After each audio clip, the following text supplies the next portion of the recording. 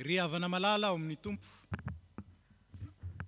fotoana lehibe ao amin'ny fiainan'ny fiangonana ny ainantsika dia fotoana izay anokanana ireto mpanompon'Andriamanitra ireto misolo tenantsika eo amin'ny anjara fanompoana fitandremana izay nametrahan'ny tompo ny fiangonana ho eto anivon'izao tontolo izao. Isika no nifidy ireo ary isika koa no manokana azy ary mametraka azy eo amin'ny tompo mba hanamasinany azy ka amin'ny alalan'ireo hanamasinany koa ny fiangonana sy ny asany. Koa isika izay manatrika eto dia tsy vitany hoe manatrika fotsiny ny fanokanana fa sady manatanteraka ny fanokanana isika no mandray fanokanana koa amin'ny alalan'izy ireo satria isika no irahan'ny tompony ray mandritry ny roa taona anatanteraka ny fikasany ho amin'ity fiangonana ity sy ho amin'ity tanàna ity ary ho an'ny firenena izay nametrahany antsika. Koa ny fanahy masin'Andriamanitra ne ho ao anatsika ampiombona antsika ampiray ainantsika raha manatanteraka izao fotoam-panokanana izao isika. Mafaly antsika koa no mandray anio ny révérend docteur Rasolondray Beseta izay filohan'ny FPMA mivady manotrina izao fotoana izao. Miarahaba azy isika misy fotoana mbola iarahaba azy manokana fa misaotra an'Andriamanitra satria amin'ny alalany dia ny FPMA mihitsy no manatrika sy manatanteraka izao fotoana izao. Dia ampitombona amintsika ny fahasoavana ny fiadanana avy amin'Andriamanitra raintsika sy Jesosy Kristy Tompo. Mipetraka isika.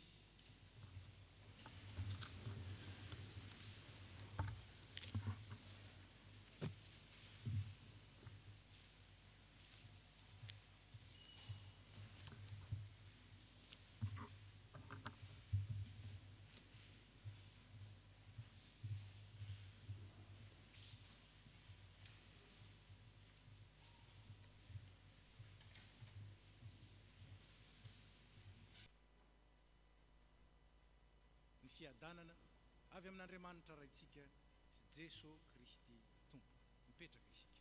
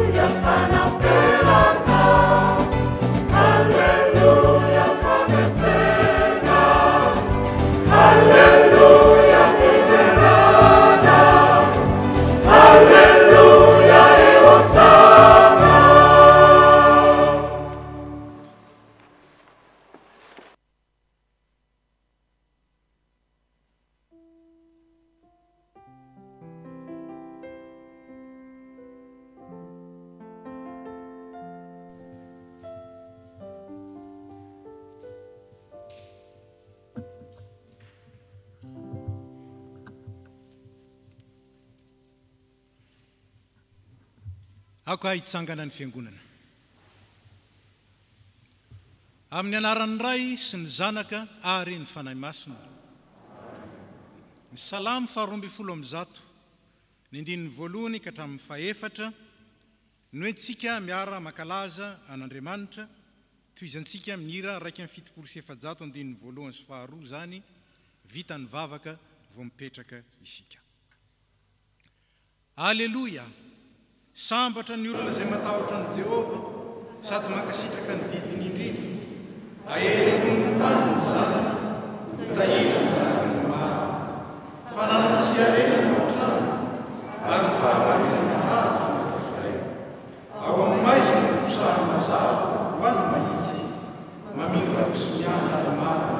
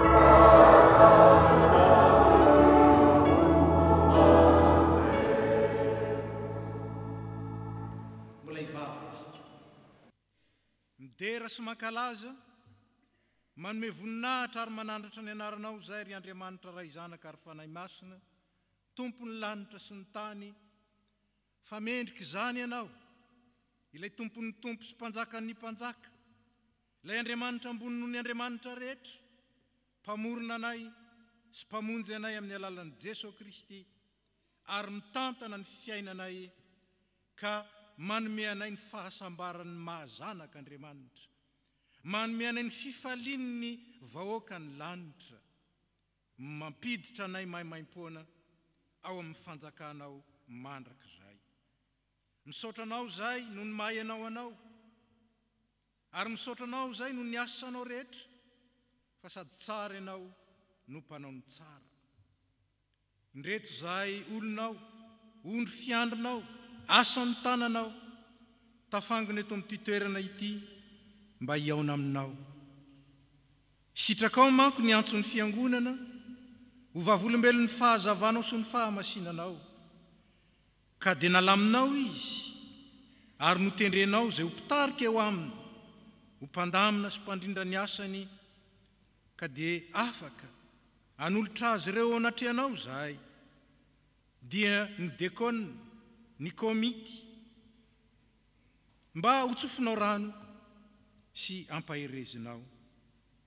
Manatrehanay Tompo, ary masino fitaom-pivavahana zay tanterahanay anio, ka ny fanahinao masina ameny zao toerana zao, sy asa mahery ao amponay tsiraray avy, ampahatanjaka ny finoana, ampahery anay amin'ny asa tsara rehetra, ka avokatra be eo amin'ny asanao zahay. Dia amin'ny anaran'i Jesosy Kristy Tompo, sady Tompony zao fivoriana masina izao, lohan'ny fiangonana, no ametrahana izany vavaka izany. Amen. Petraka isika. Ry havana, zao ny sitrapon'Andriamanitra ho antsika indray, izay atrehany ary indrindra tiany ho asoavina. Koa amin'izany mangataka aminareo ary rahalahy noho ny famindram-pon'Andriamanitra. Mba atolotrareo ny tenanareo fanatitra velona, masina, sitrak'Andriamanitra, dia fanompom-panahy mety ataonareo zany. Ary aza manaraka ny fanaon'izao tontolo izao, fa miova amin'ny fanavaozana ny saina, amantaranareo ny sitrapon'Andriamanitra, dia izay tsara sady akasitrahana no marina. Manoloana izany sitrapon'Andriamanitra izany, dia tao amin'ny tompo isika ary mbola taominy mba hay andray izany andiny tena manoloana izany, ka dia ataontsika ny hira 7:7 ny andininy voalohany.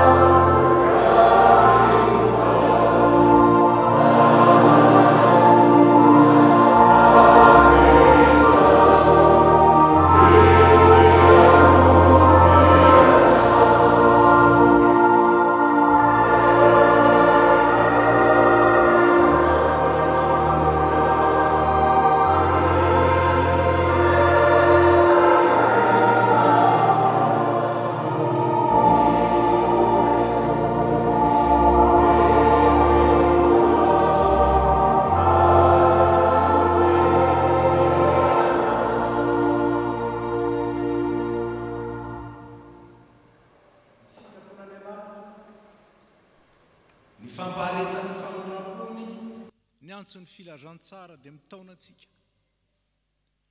antsika mba handray ny fiangavian'Andriamanitra sy ny antsono antsika satria te hanasoa antsika izy. Fa tsy tonga hitadiny marina izy fa nympanota-baibebaka, ko manoloana ny sitrapony ary isy ny antsony ndetsika anaraka izao tonombavaka izao. Ry Andriamanitra o rainay ray mandrakizay, masina ianao ka tsy mba azo vazovaziana. Tonga hitadiny mpanota ianao kanefa tsy ny ampitoetra azy ao amin'ny fahotana, fa mba hanafaka azy ka handeha amin'ny fahazavanao. Na andreny sitraponao zay Tompo, indrindra ny fangatahanao anay, mba hanolo tena marina tokoa, ka ny tenanay dia mba ho velona ho amin'ny fanompoana tsara sady madio. Ny fiainanay ho masina sady ankasitrahana eo anatrehanao, ary ny sainay sy ny fonay hikatsaka mandrakariva ny sitraponao, ary hikatsaka ny fanjakanao sy ny fahamarinanao. Indrisy anefa Tompo, tsy tanteraka mandrakarivo zany.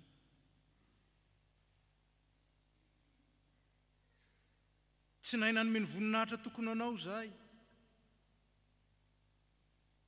tsy mba nikatsaka ny fanjakanao sy ny fahamarinanao mihoatra noho ny zavatra rehetra zahay.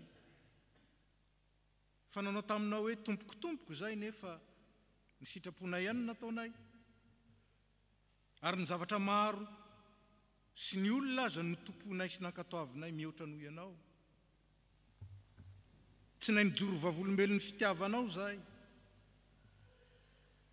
fa ny fitiavanay sy ny fihetseponay no nentinay nanatona ny namanay, fa tsy ilay fitiavana nentinao ny tianay tao amin'ny Jesosy Kristy ka nanavaozanao ny fiainanay manontolo.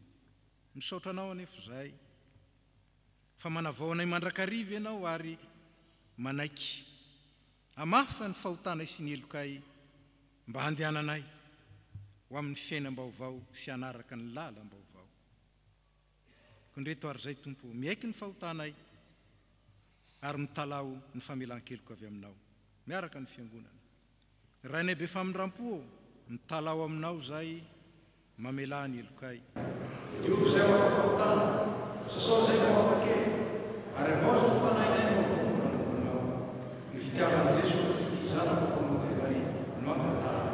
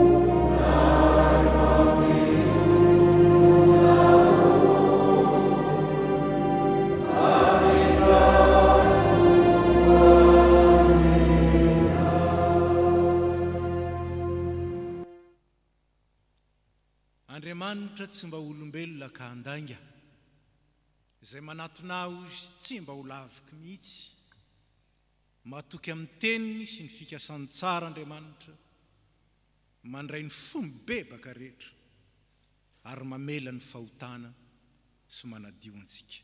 Ko antsika ny bebaka marina ary raiso amin'ny fatokiana sy amin'ny fisaorana ny teny manambara ny famelan-keloka efa natolotry ny Tompo ho anao. Iara-mitsangana isika. Hoy ny Tompo, fitiavana mandrakizay ny tiavako anao, zany nampaharetako ny famindrampo aminao. Tsy ova na dia mandra-patotrareo aza, anohana anareo aho mandra-pahafotsy ny volonareo. Zano nanao za ihany ny trotro, eny zano anohana anareo sy hamonjy anareo. Fa nitady sy hamonjy ny very na tongavan'ny zanak'olona teto amin'izao tontolo izao. Koa noho izany dia tsy misy intsony fanamelohana ho an'izay ao amin'ny Kristy Jesosy. Ko ambara fa voavela ny elokareo noho ny anarany masina, misaoran'ny Tompo. Amen.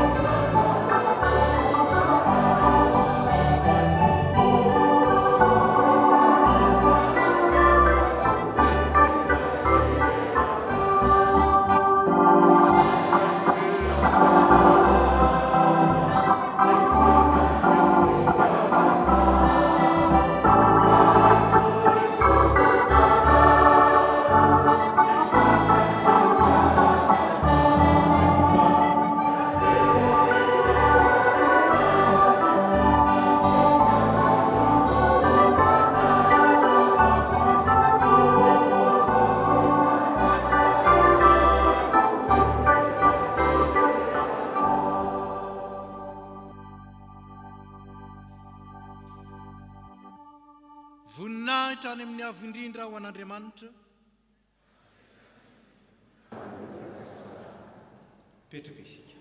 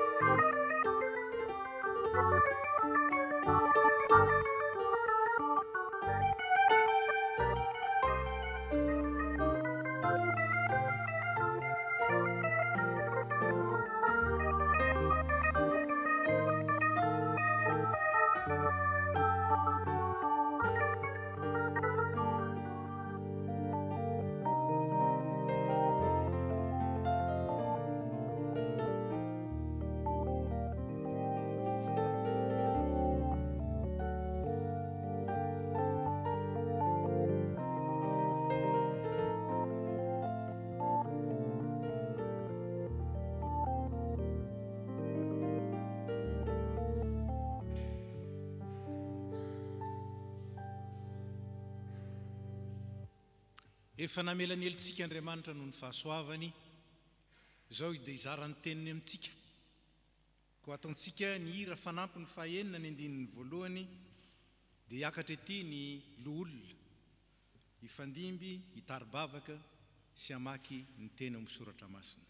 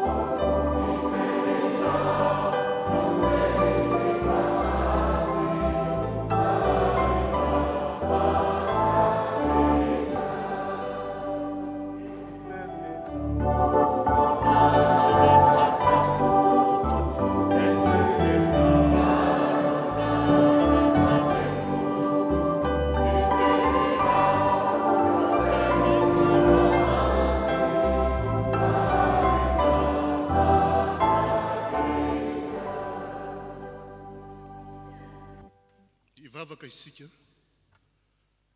Andriamanitra rainay io, sady rain Jesosy Kristy tomponay. Isaoranay ianao fa androany, dia efa sitrakao ny angonanay eto amin'ity tempolinao masina ity. Mba nehoanao aminay ny fitiavanao, ka ahafahanay miandoka ny famindramponao sy ny fahasoavanao eto. Andriamanitra tianay ianao,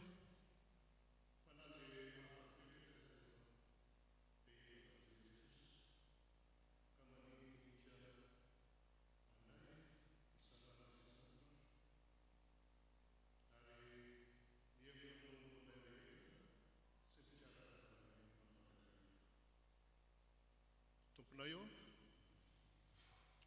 raha andre ny teninao zay, dia aoka ny fanahinao masina mba ampidininao, amony fonay mba hay mandray ny sakafom-panahy izay raketin'ny teninao, ka ampaheranay amin'ny fanarananao amin'ny fahitsiana sy ny fahatsoram-po. Dia aoka ho tahinao ny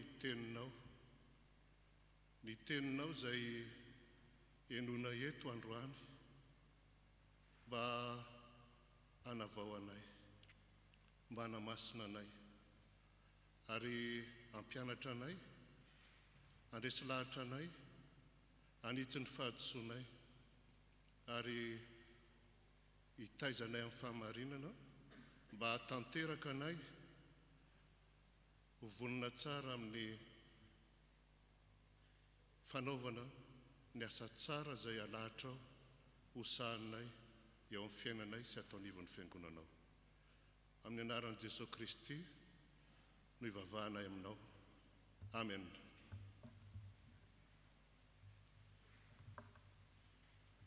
Ho vakiana ny tenin'Andriamanitra ao amin'ny bokin'ny Isaia 9:1 ny andininy voalohany ka hatramin'ny fahavalo. Isaia 9:1 ny andininy voalohany ka hatramin'ny fahavalo. Tamin'ny taona nahafatesany Ozia mpanjaka no nahitako ny Tompo nipetraka teo ambonin'ny seza fiandrianana avo sady manerinerina, ary nebanebanakanjony nahafeno ny tempoly. Nisy serafima nitsangana teo amboniny, samy nanana elatra enina avy, ny roa nanarona ny tavany, ny roa nanarona ny tongony, ary ny roa nanodinany. Ary nanandratra ny feno izy ka nifamaly hoe: masina, masina, masina Jehovah tompony maro, endrika ny voninahiny ny tany rehetra. Dia ny orooro ny fanamban'ny tokonana noho ny feondrenanandratra ny feony ary feno setroka ny trano. Dia hoy izaho, lozako, maty aho, fa lehilahy malotomolotra sady ato amin'ny firenena malotomolotra no itoerako, fa ny mpanjaka dia Jehovah tompony maro ny fahitany masoko.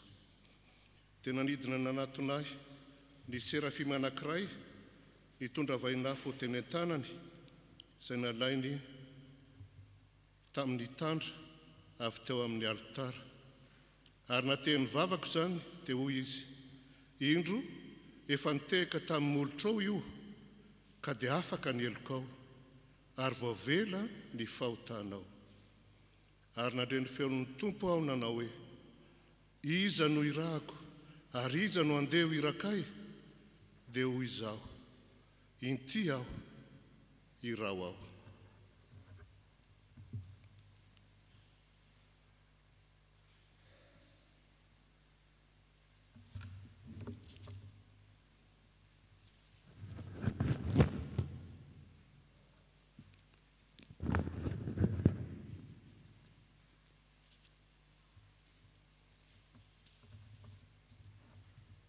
Toizantsika ny famakina ny soratra masina arak'izay hita amin'ny Korintianina voalohany toko 5:12 ny andininy voalohany hatramin'ny 1:20.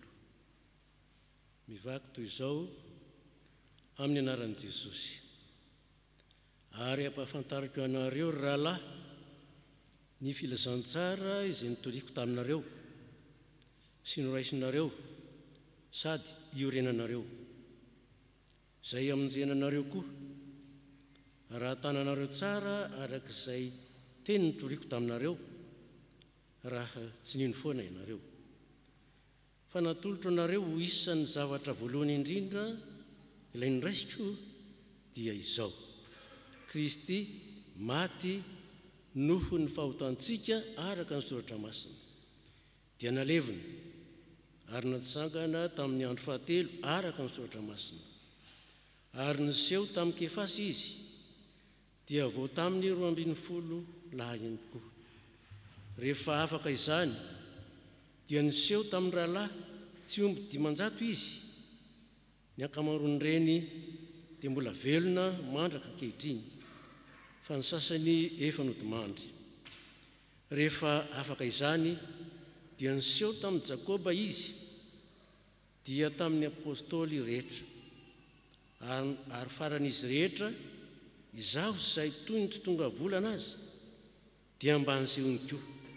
Fa izaho dia ambany indrindra amin'ny apôstôly, ka tsy miendrika atao hoe apôstôly satria efa nanenjika amin'ny fiangonana aho, fiangonan'Andriamanitra aho. Fa ny fahasoavan'Andriamanitra no nahatoy izao ahy, ary tsy foana ny fahasoavany ato amiko, fa efa niasa fatratra mihoatra noho izy rehetra aho, nefa tsy izaho fa ny fahasoavan'Andriamanitra no niara-niasa tamiko. Koa na izaho na ry zareo dia araka izany no fitorianay, ary araka izany koa no ninonareo.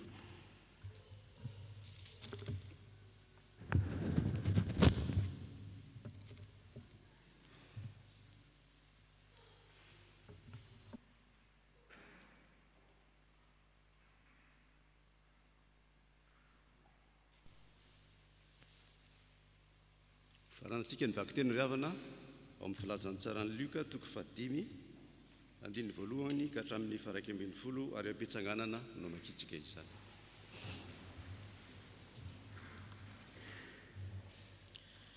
Luka toko 5 andininy voalohany ka hatramin'ny 1:10. Ary raha nifanizina tamin'ny vahoaka mba hiaino ny tenin'Andriamanitra dia nijanona teo amoron'ny farian'ny Genesareta Jesosy. Ary nahita sambo kely roa nijanona teo sisin'ny fary izy, fa ny mpanarato efa niala taminy ka lasa nanasa ny ratony. Ary niditra teo amin'ny sambo kely anankiray izy, any Simona izy, ary niditra teo amin'ny sambo kely anankiray izy any Simona izy, dia nangataka taminy hiataka kely amin'ny tany. dia nipetraka teo an-tsampokely izy ka nampianatra ny vahoaka. Ary rehefa nitsahatra ny teny Jesosy dia hoy izy tamin'ny Simona: mandrosoa any amin'ny lalina, dia ratsao ny aratinareo azaonareo azan-drano. Fa Simona namarika nanao hoe: Tompoko, mandritra ny alina no efa nikelezana eny, nefa tsy nahazo na inona na inona, kanefa noho ny teninao dia alatsako ihany ny arato. Ary rehefa nataony izany dia nahazo azan-drano be dia be izy, ka efa nisy tritra ny aratony. Ary izy nanatsika ny namany izay teo amin'ny sampokely hafa mba ho avy hanampy azy, dia avy ireny ary nofenoiny ny sampokely roa ka efa saika nilentika. Ary rehefa hitan'ny Simona Petera izany dia nakohoka tamin'ny tongotra Jesosy izy ka nanao hoe: Tompoko, miala amiko fa olomeloko aho. Fa talanjona izy izay rehetra teo aminy noho ny habeany azan-drano izay azony. Ato izany koa Jakoba sy Jaona zanak' Zebedio izay niombiny raharaha tamin'ny Simona, dia hoy Jesosy tamin'ny Simona: aza matahotra, hatramin'izao ankehitriny izao dia olona kosa no azonao. Ary rehefa niampiantsona ny sampokely ny tena tanety izy dia nahafoy ny zavatra rehetra ka nanaraka an' Jesosy. Amen.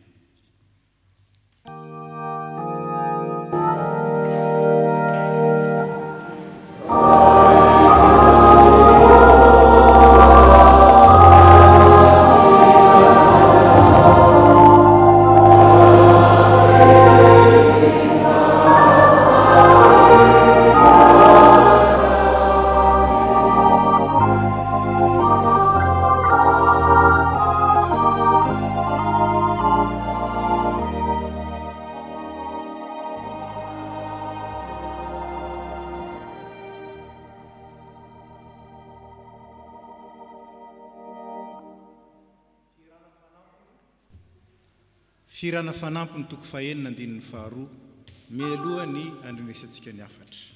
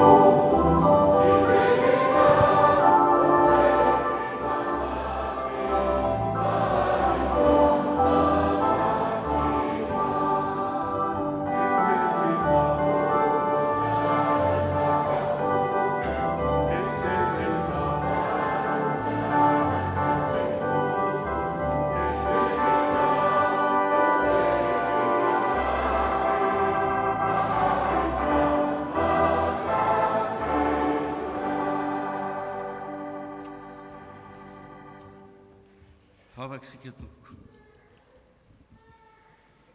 Andriamanitra ranaisa dia rain'i Jesosy Tompo, velona mandrakizay ny teninao, ny tany aman-danitra dia ho levina, fa ny teninao tsy mba ho levina Tompo.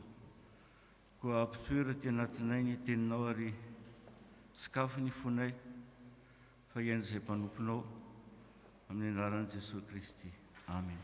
Petraka isika ry havana. Amin'ny fofeno fifaliana sy fankalazana an'Andriamanitra ry havana, no iarabana antsika rehetra tratra izao andro anio izao izay andro lehibe eo amin'ny fiainan'ny FPMA Toulouse. Tena lehibe satria alady ny fiantsona anio ary alady koa anokanana ireo rasy anabavy izay manolo tena ho an'ny Tompo, ho diakona sy ho tompon'andraikitra amin'ny sampana eto amin'ny fiangonana,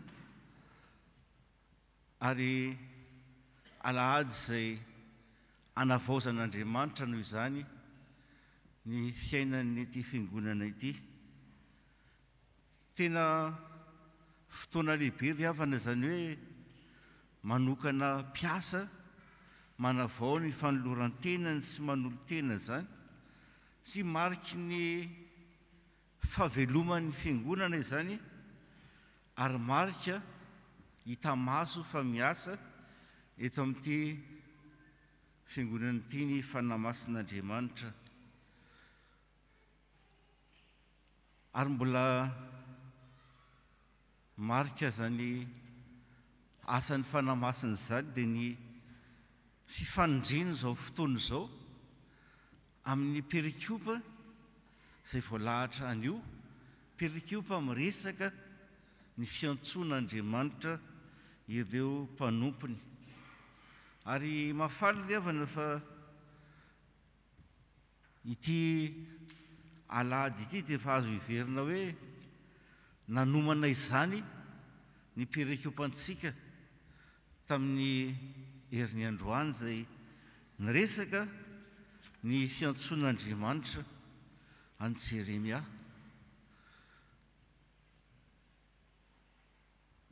Andriamanitra niantso an'i Jeremia ka niteny taminy hoe hatry ny foniny ianao mbola zaza no efa fantatro, ary hatry ny foniny ianao mbola tany am-boaka sy tsy mbola teraka no efa nao amasiniko sy notendriko mpaminany ho an'ny firenena. Zavatra tsapa tamin'izany ry havana dia Andriamanitra rehefa miantso olona na rehefa dinihana ny fiantsoan'Andriamanitra dia tsy mba kisendrasendra. Tsy hoe naditra be ny vahoaka an'Andriamanitra tamin'ny andron'ny Jeremia dia taitaitra teo Andriamanitra andao hiantso mpaminany aingana ho an'izao raharaha zay mampiseho ny ditra ny vahoaka an'Israely zao. Tsy ry havana, efa voalamin'Andriamanitra hatry ny ela, mbola tsy ary akory ny Jeremia, mbola tsy nisy akory ny reo firenena naditra. Ny asan'ny Jeremia reo dia efa nifidy sy nanomana ny Jeremia Andriamanitra mba ho mpaminany ho an'ny firenena. Nilaza izany fa ny fiantsonantsika izao, fiantsona azy sy ny fiantsonanao dia tsy zavatra kisendrasendra fa efa fandaharan'Andriamanitra hatry ny ela ny fiainanao izany. Afaka miteny ny tsiraray avy eto hoe fony mbola tsy ary dia efa nalahatra Andriamanitra ho diakona, ho filohan'ny sampany, anana ndraikitra ato amin'ny fiangonana isika tsiraray avy ry havana ao amin'ny Jesosy Kristy.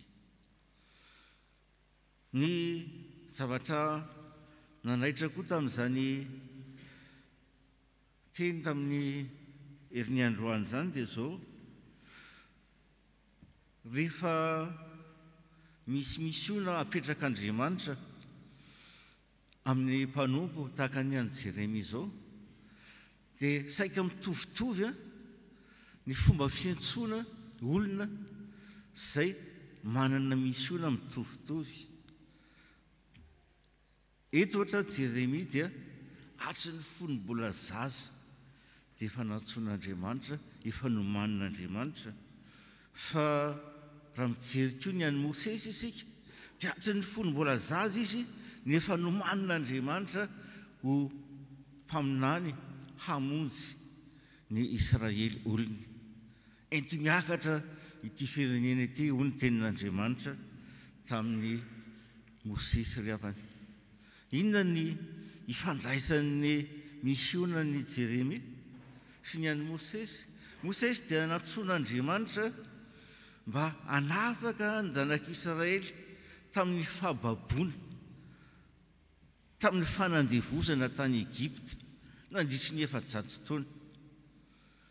Fa Jeremia kosa dia antsoan'Andriamanitra mba hitory ny famasinan'Andriamanitra sy ny tenin'Andriamanitra ho fialanenina farany amin'ny zanak'Israely mba tsy ho lasa babo, tsy ho lasa any a sesitany tany a Babilôna izy ireo. Zany ny fiantsoan'Andriamanitra ry havana. Tsika sendasendra misy misoana mazava apetraka ny Tompo ho an'ny olona antsoiny. Ary eto amin'ny teny izay anjarantsika amin'ity andro ity, ireo teny telo izay novakiana teo, ny Isaia, ny Korintiana, ny Petera, dia samy fitantarana fiantsoan'Andriamanitra any Isaia. Azo lazaina hoe fijoroana vavolombelona nataon'ny Isaia mpaminany hoe ahoana moa ny antsoan'Andriamanitra azy. Fijoroana vavolombelona nataon'ny Paoly hoe nanahoana tokoa no natonga azy ho apôstôly, ary fijoroana vavolombelona ataon'ny Luka ny amin'ny Petera. Luka no mitantara hoe tahaka izao no ny antsoan'Andriamanitra an'ny Petera. Ny mahavariana dia ny fitovizan'ny ny misoana koa. Farafahakeliny ny an'i Isaia sy ny an'i Petera. Isaia dia nantsoan'Andriamanitra hanadio ny vahoakan'ny Israely. Zany no nahatonga anazy natsapa hoe lehilahy manotomolotra sady anatin'ny firenena manotomolotra no misy firenena maloto, ary dia diovin'Andriamanitra amin'ny fisedrana maro isan-karazany. Ary Petera rehefa tonga nanoratra ny epistiliny ry havana dia nanamarika hoe tsarovy fa tsy zavatra mora simba na mety loha tahaka ny volamena sy ny volafotsy no nanadiovana anareo tamin'ny fitondrantena adala, fa ny rahasoan'i Kristy. Tory fanadiovana, fanafana, fanasitranana.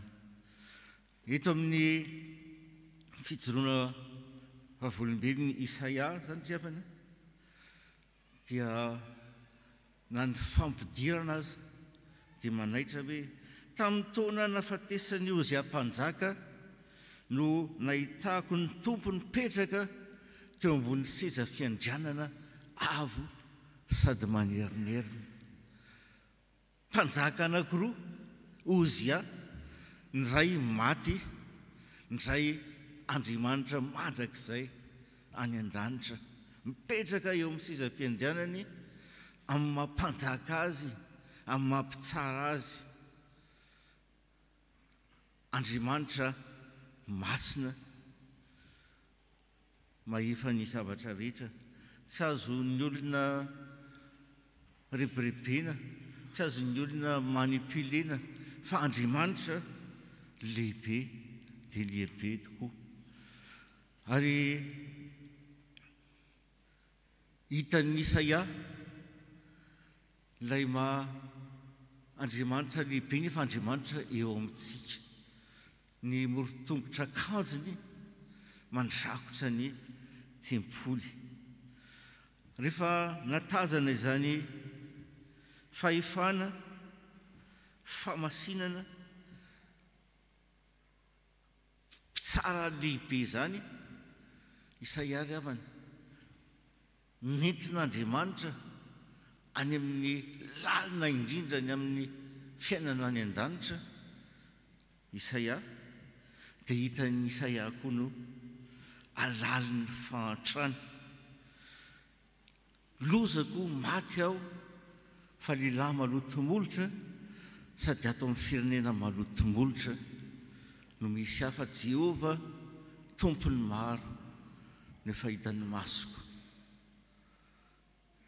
Zany no nandraisana ny loha-hevitra hoe mandrosoa amin'ny lalina, satria izany no ataon'Andriamanitra amin'izay olona antsoiny, hoentiny amin'ny lalina indrindra amin'izany hoe fiainana any an-danitra zany.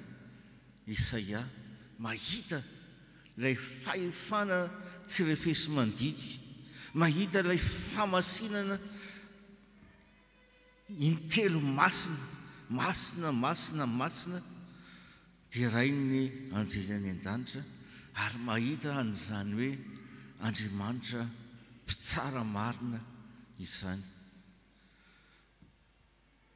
Mandroso ho amin'ny lalina, antson'Andriamanitra, taharitin'Andriamanitra ho amin'izany ny mpanompo izay antsony ry havana. Ary isika sinao izay voantso amin'izao fotoana izao dia fandinihan-tena tena mety izany hoe aiza ho aiza ny alalin'ny fahatsapantsika ny famasinan'Andriamanitra, aiza ho aiza ny alalin'ny hatsapantsika ny fitiavany an'ity izao tontolo izao ty, aiza ho aiza ny alalin'izany hoe hatsapantsika fa Andriamanitra dia mpitsara ary ho avy indray hitsara ny velona sy ny maty ao amin'i Jesosy Kristy. Satria izany fahafantarana izany ry havana no azahoantsika fo endry eo amin'ny fanompoana ny Tompo.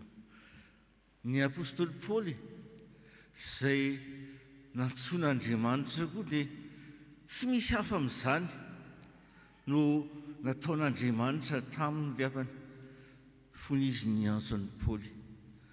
Nanao azy ho jiosy tsy manana fahalemena fa milaza hoe raha araka ny lalàna dia marina, tanteraka, tsisy mpianina mihitsy amin'ny mahafaritseho azy Paoly ry havana. Fa rehefa nifanina tamin'ny fahazavan'i Jesosy Kristy dia lavo nitaraboka tamin'ny tany. Ary niteny hoe Tompoko, inona no ataoko? Paoly dia nifanina tamin'izany hazavan'i Jesosy Kristy zany. Ry Petera no efa nahitan'izany tao amin'ny tendrombohitra fony ny Tompony hiova tarehy ry havana. Ary tahak'izany no nampahitana ny Paoly koa.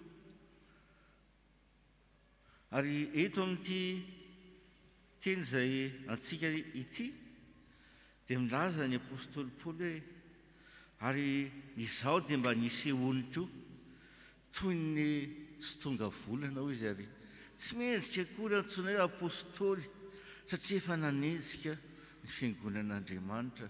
Ary mbola miteny Paoly any amin'ny Timoty ry havana manao hoe tonga tety ambony tany Kristy hamonjy ny mpanota, ary amin'ireny dia izaho no voalohany amin'ny mpanota Paoly. Dia aza mieritreritra hoe za zany mba firy aminy, fa zao premier exéco daholo tsika rehetra samy mpanota eo anatrehan'Andriamanitra.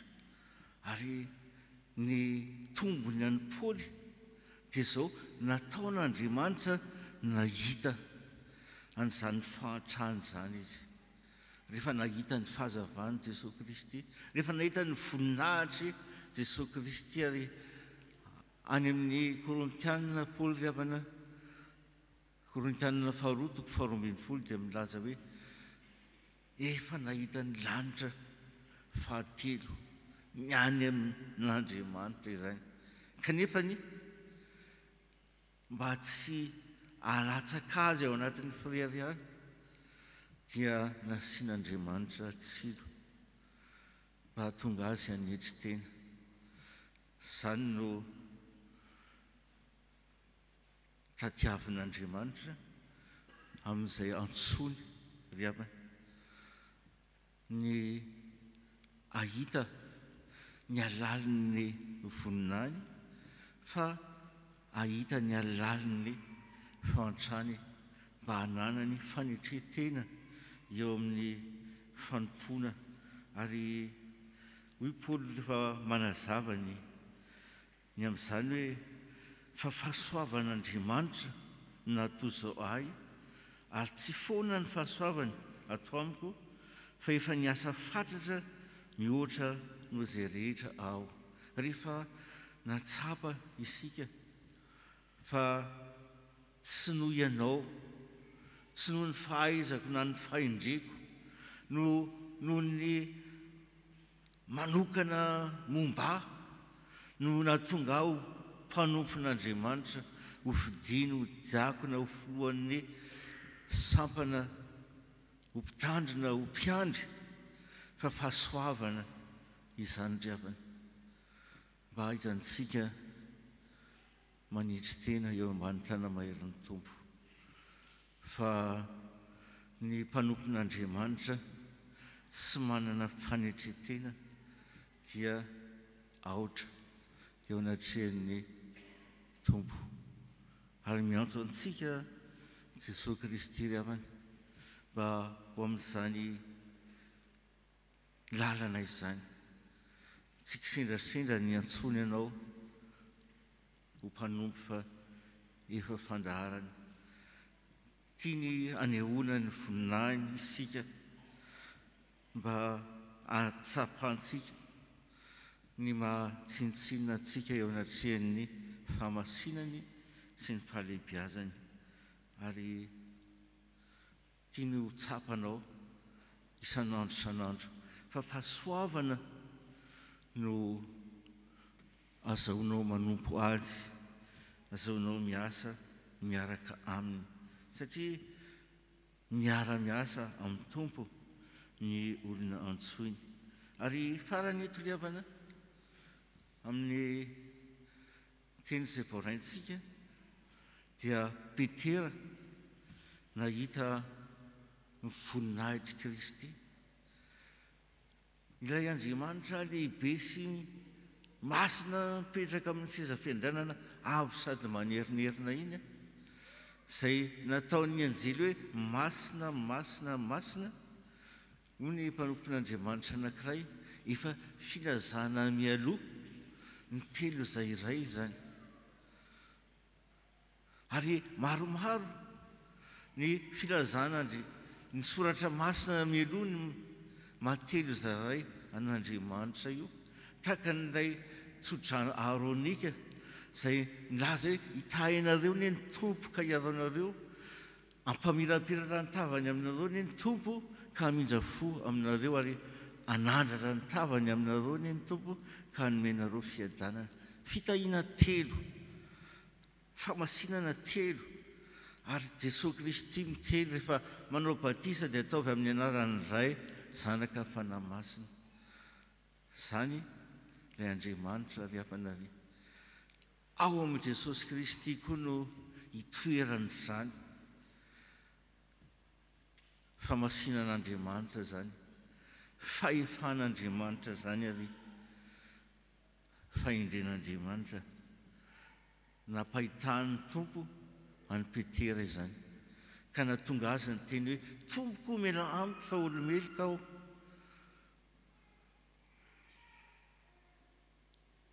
asan'ny fanan'Andriamanitra tao amin'ny Petera izany driavana ary ilay mason'ny finoana no nazahoan'ny Petera nahita izany ary isika tsiraray avy riavana dia izany koa no ataon'Andriamanitra amintsika tahaka ny Petera teo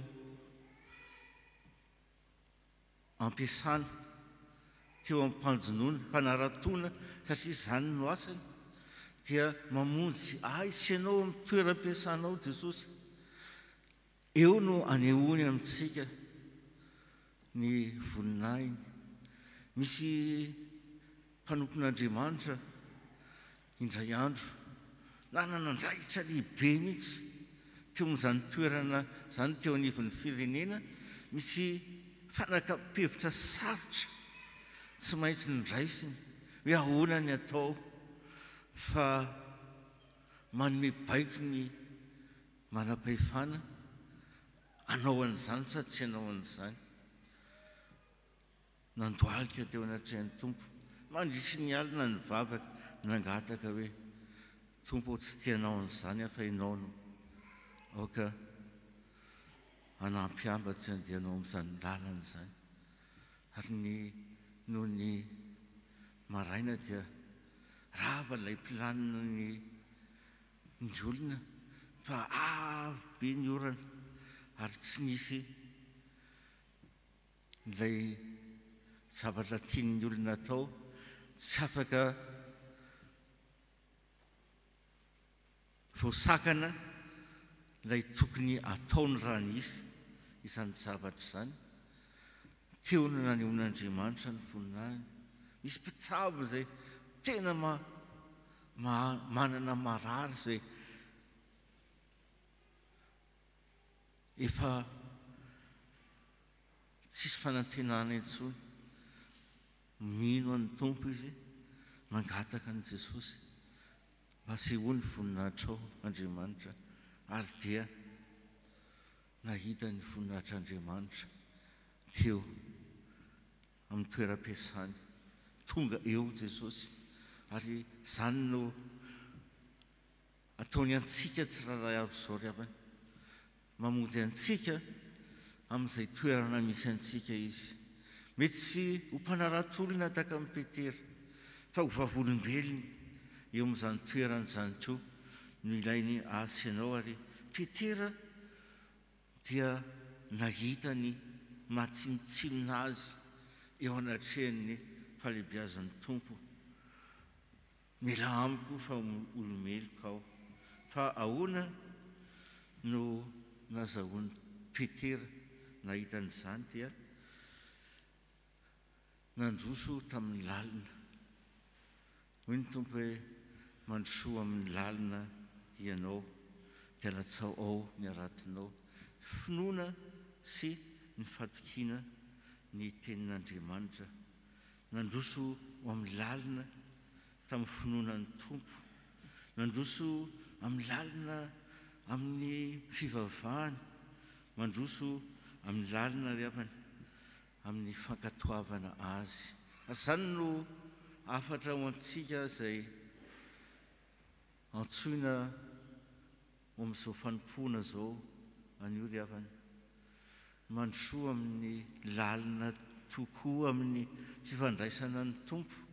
Aza manao tsidipahatra fotsiny amin'ny tenin'Andriamanitra. Aza trany misafosafo fotsiny ny finoana fa mangatà mba andeha ao amin'ny lalina tokoa amin'izany finoana izany. Eo amin'ny fivavahana dia aza faly fotsiny hoe tahino sakafonay dia vita mivavaka, fa mangatà amin'ny tompo mba tinanana fiombonana lalina aminy isika tsiraray avy izao eo amin'ny fiainantsika, mba azahoantsika mahita ny voninahiny. Anehoan'Andriamanitra amintsika fa Andriamanitra velona izy, Andriamanitra mahery izy, ary tsy matiantoka izay miaraka aminy. Ary dia ho azy ny voninahitra ho amintsika tsiraray avy izay anavao amin'ny falorantena sy an'olon-tena ny fahasoavana sy ny fiadanana avy amin'ny ilay tompo tiantsika ry havana.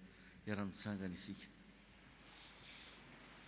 Raiso ny fitahiana, ny fahasoavan'i Jesosy Kristy Tompo, ny fitiavan'Andriamanitra ray ary ny firaisana sy ny fampirisana avy amin'ny fanahy masina ho aminareo isan'andro any. Amen. Petraka isika ry havana.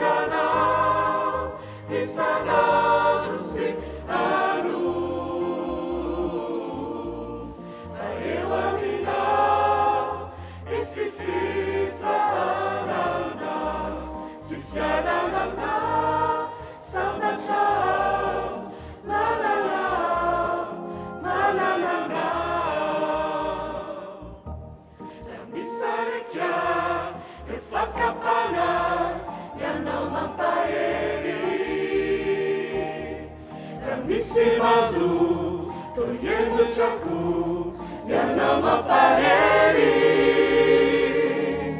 tena tsara amikiotompo ny miara mamindra aminao tsy manany favelokirany ao ampo kekoroko fa tena masoa zay tondranao nalala tsotra natsosarotra aniranao aza tena tsara amikiotompo ny miara mamindra aminao tsy manay favelokirany ao ampo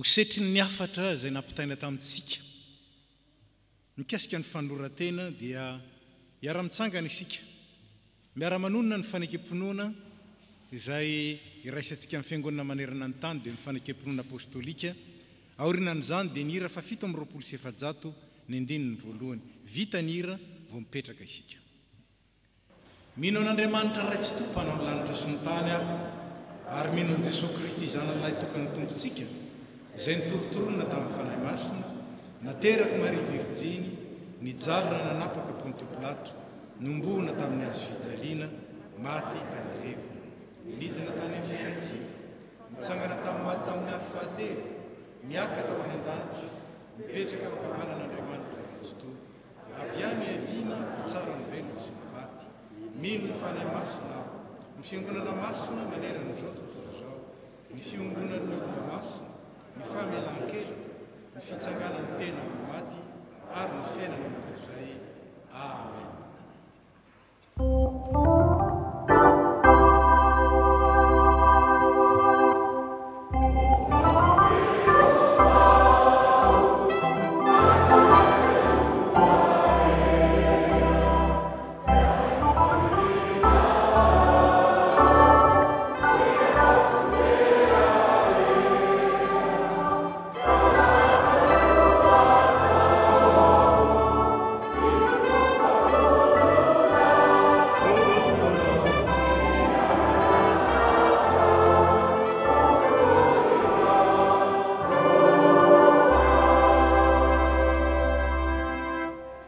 mipetraka isika.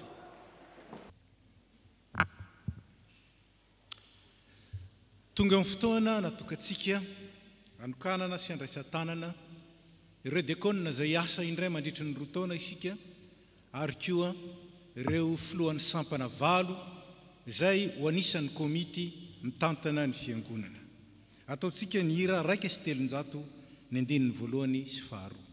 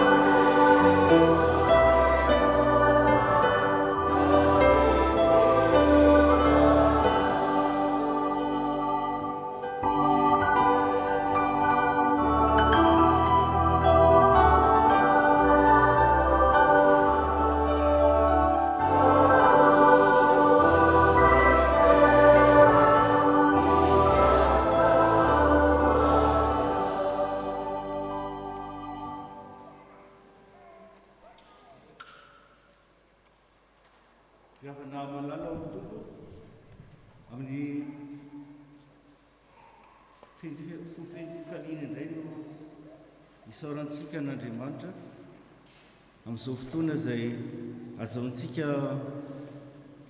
manolotra eo aminy ireto mpanompo izay nanaiky hanolotena ho azy ary nametrahany fiangonana ny fitokisany ho amin'ny asa fanompoana ho diakona mandrisy ny roa taona manaraka. Hoy ny tompo hoe be ny vokatra fa ny mpiasa ny vitsy, koa mangataha amin'ny tompony vokatra mba handefasany mpiasa maro amborony vokatra. Dia inontsika ry havana fa fanomezana avy amin'Andriamanitra izy 420 mianadahy reto ho an'ny fiangonana. Ino ny teny izay hanorenantsika an'izao fanokanana sy fametrahana ireto rahalasana bavy ireto. Zava-dehibe tamin'ny andron'ny fiangonana teo amin'ny zanak'Israely ny fanendrena olona ho naman'ny mpitarika teo amin'ny fitondrana ny vahoakan'Andriamanitra. Fa hoy Jehovah tamin'i Mosesy, manangona 70 lahy amin'ny loholona hoe ty amiko ary ento miaraka aminao ao amin'ny tranon'ilay fionana izy, ary hiara-mitondra ity firenena ity aminao ireo, fa tsy ianao irery intsony no hitondra azy. Ao amin'ny testamenta vaovao dia toraka izany ihany koa no nanendrena diakona. Fa hoy ny apôstôly tamin'ny fiangonana tao Jerosalema, tsy mety raha mandao ny tenin'Andriamanitra hitandrina latabatra izahay, ko amin'izany rahalahy mizaha 7 lahy ao aminareo izay tsara laza sady feno ny fanahy sy fahendrena, mba ho tendrenay hitandrina izany rahalahy izany, fa izay kosa haritra amin'ny fivavahana sy ny fampianarana.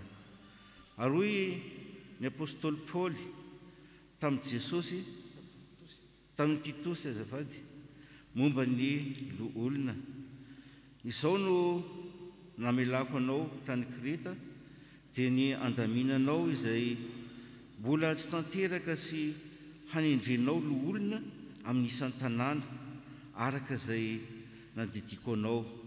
Raha misy tsy manatsiny na lehilahy manambady tokana manana zanaka izay tsy ampangaina ho amin'ny fanaranam-po amin'ny ratsy na ho maditra.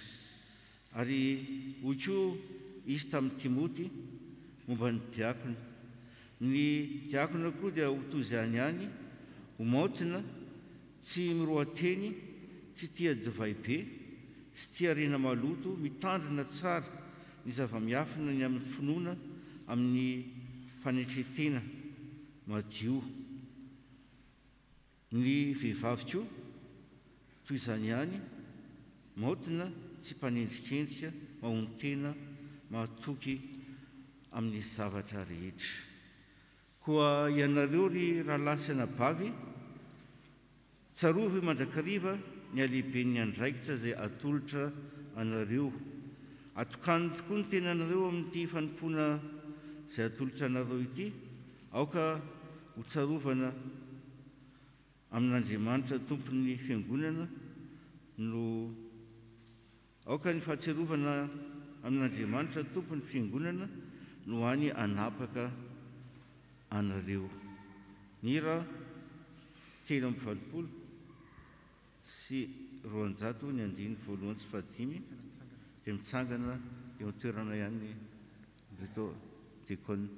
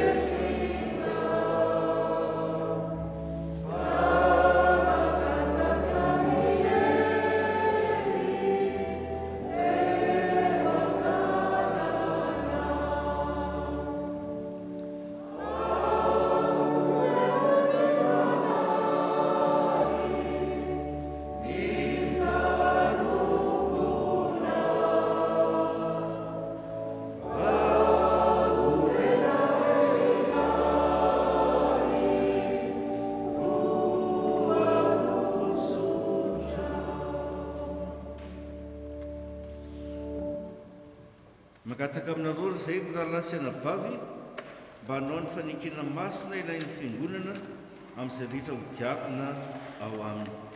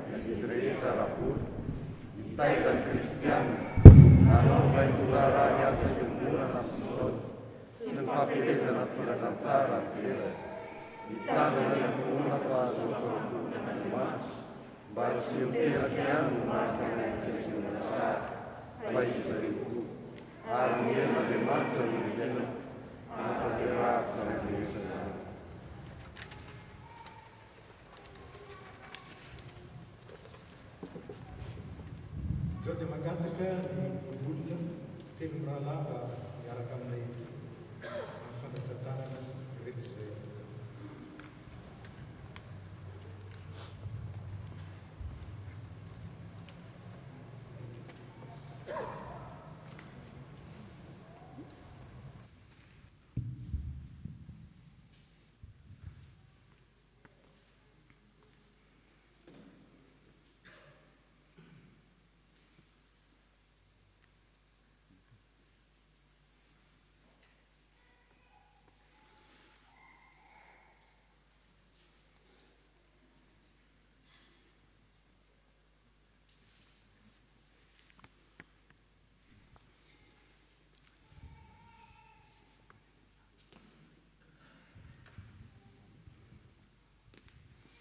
Rabibisoa Jeanne Elisabeth.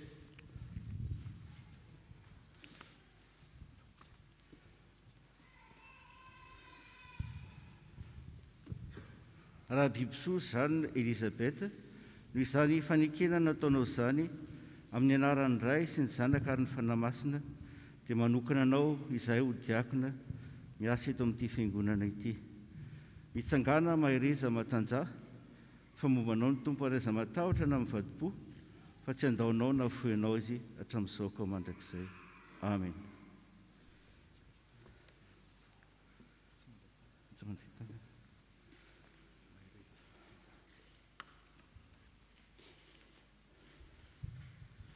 Randriamanga Malala, Malalatina.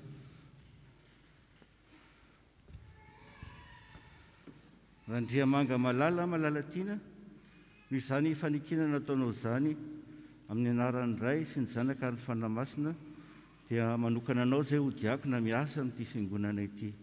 Mitsangana mahiriza matanjafa mombanao ny tompo, ary aiza matahotra na mivadi-po fa tsy andaonao na hafoenao izy hatramin'izao ka mandrakizay. Amen.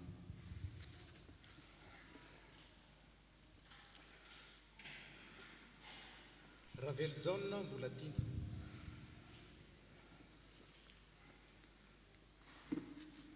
Raveljaona Mbolatina, ny izany fanekena nataonao izany amin'ny anaran'ny ray sy ny zanaka ny fanamasina, dia manokana anao izay ho diakona miasa amin'ity fiangonana ity.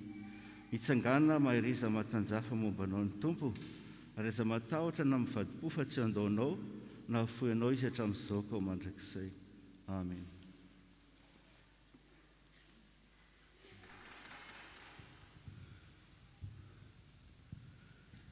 Ravelomanana Alravaka. Ravelomanana Alravaka, no izany fanekena nataonao izany amin'ny anaran'ny ray sy ny zanaka ary ny fanamasina, dia manokana anao izay ho diakona miasa amin'ity fiangonana ity. Mitsangana mahiriza matanjafa mombanao ny tompo, ary aiza matahotra na mivadi-po fa tsy andaonao na hafoenao izy hatramin'izao ka ho mandrakizay. Amen.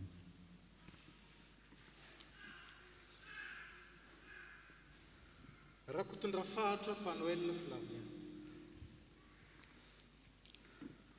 Rakotondrafahatra Panoel Flavien, no izany fanekena nataonao izany amin'ny anaran'ny ray sy ny zanaka ary ny fanamasina, dia manokana anao izay ho diakona miasa amin'ity fiangonana ity. Mitsangana mahiriza matanjafa mombanao ny tompo, ary aiza matahotra na mivadi-po fa tsy andaonao na hafoenao hatramin'izao ka ho mandrakizay. Amen.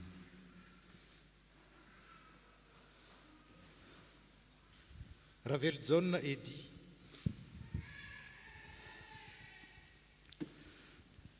Raveljaona Edy, no izany fanekena nataonao izany amin'ny anaran'ny ray sy ny zanaka ary ny fanamasina, dia manokana anao izay ho diakona miasa eto amin'ity fiangonana ity. Mitsangana mahiriza matanjafa mombanao ny tompo, ary aiza matahotra na mivadi-po fa tsy andaonao na hafoenao izy hatramin'izao ka mandrakizay. Amen.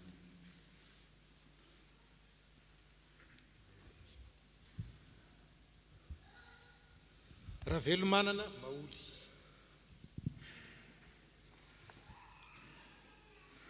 Ravelomanana Maoly, no izany fanekena nataonao izany amin'ny anaran'ny ray sy ny zanaka ary fanamasina, dia manokana anao izay ho diakona miasa amin'ity fiangonana ity. Mitsangana mahiriza matanjafa mombanao ny tompo, ary aiza matahotra na mivadi-po fa tsy andaonao na hafoenao izy hatramin'izao ka ho mandrakizay. Amen.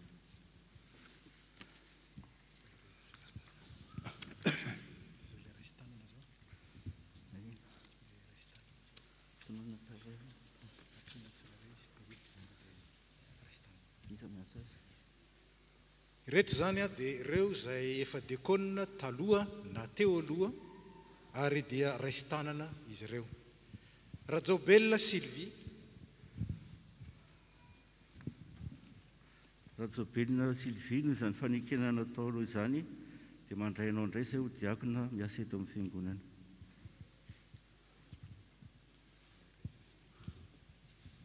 Rajerisolo Clémence. Rajelosolo Clémence izany fanekenana nataonao izany amin'ny anaran'ny Ray sy ny Zanaka ary ny Fanahy Masina dia mandrainao indray izay ho diakona miasa eto amin'ity fiangonana ity.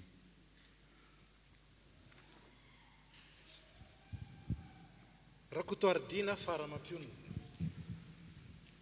Rakotoardina Faramampiona izany fanekenana nataonao izany amin'ny anaran'ny Ray sy ny Zanaka ary ny Fanahy Masina dia mandrainao indray izay ho diakona miasa eto amin'ny fiangonana.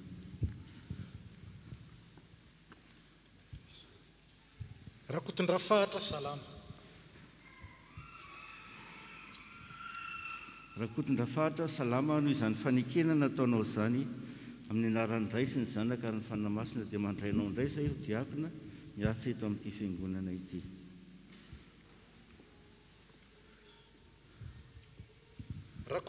Rakotonindraina Nasolo. Rakotonindraina Nasolo no izany fanekenana nataonao izany amin'ny anaran'ny Ray sy ny Zanaka ary ny Fanahy Masina dia mandrainao indray izay ho diakona miasa amin'ity fiangonana ity.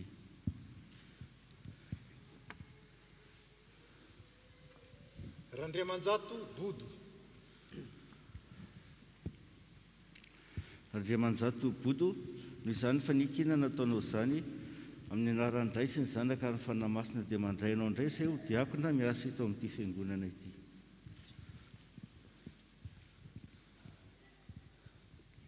Ratovindraona Hanitra.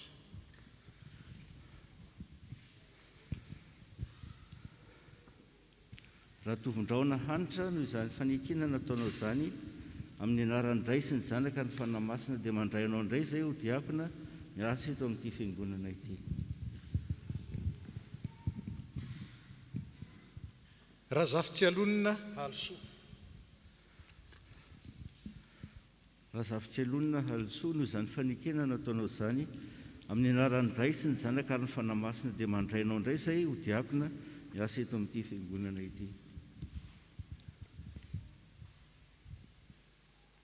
Andriamampandry Maminiaina. Andriamampandry Maminiaina no izany fanekenana nataonao izany amin'ny anaran'ny Ray sy ny Zanaka ary ny Fanahy Masina dia mandrainao indray izay ho diakona miasa eto amin'ity fiangonana ity. Andremifidy Gérard.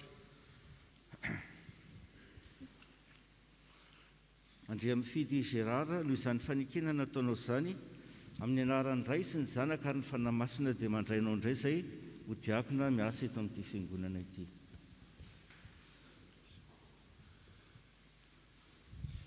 Andrianjafitrimo Andy.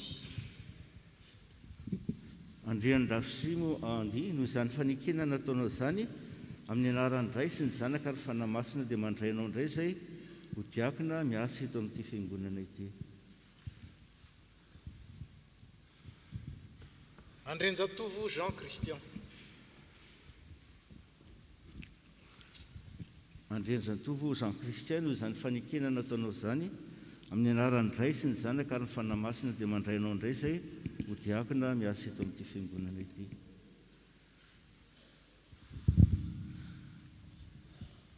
Behavana Ravelo Armanana.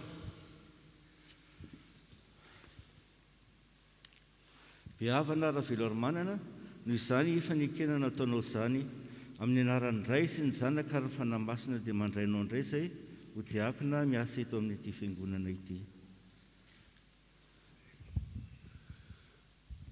Rajaobelona Solofo. Rajaobelona Solofo no izany fanekenana nataonao izany amin'ny anaran'ny Ray sy ny Zanaka ary ny Fanahy Masina dia mandrainao indray izay ho diakona miasa eto amin'ity fiangonana ity. Randriamanantena Soreo. Randriamanantena Soreo no izany fanekenana nataonao izany amin'ny anaran'ny Ray sy ny Zanaka ary ny Fanahy Masina dia mandrainao indray izay ho diakona miasa eto amin'ity fiangonana ity. Randriamanjato Tantely. Randriamanjato Tantely no izany fanekenana nataonao izany amin'ny anaran'ny Ray sy ny Zanaka ary ny Fanahy Masina dia mandrainao indray izay ho diakona miasa eto amin'ity fiangonana ity. rasolondray be njaka. Rasolondray be njaka no izany fanekena nataonao zany amin'ny anaran'ny ray sy ny zanaka ary ny fanamasina dia mandrainao indray izay ho diakona miasa eto amin'ity fiangonana ity.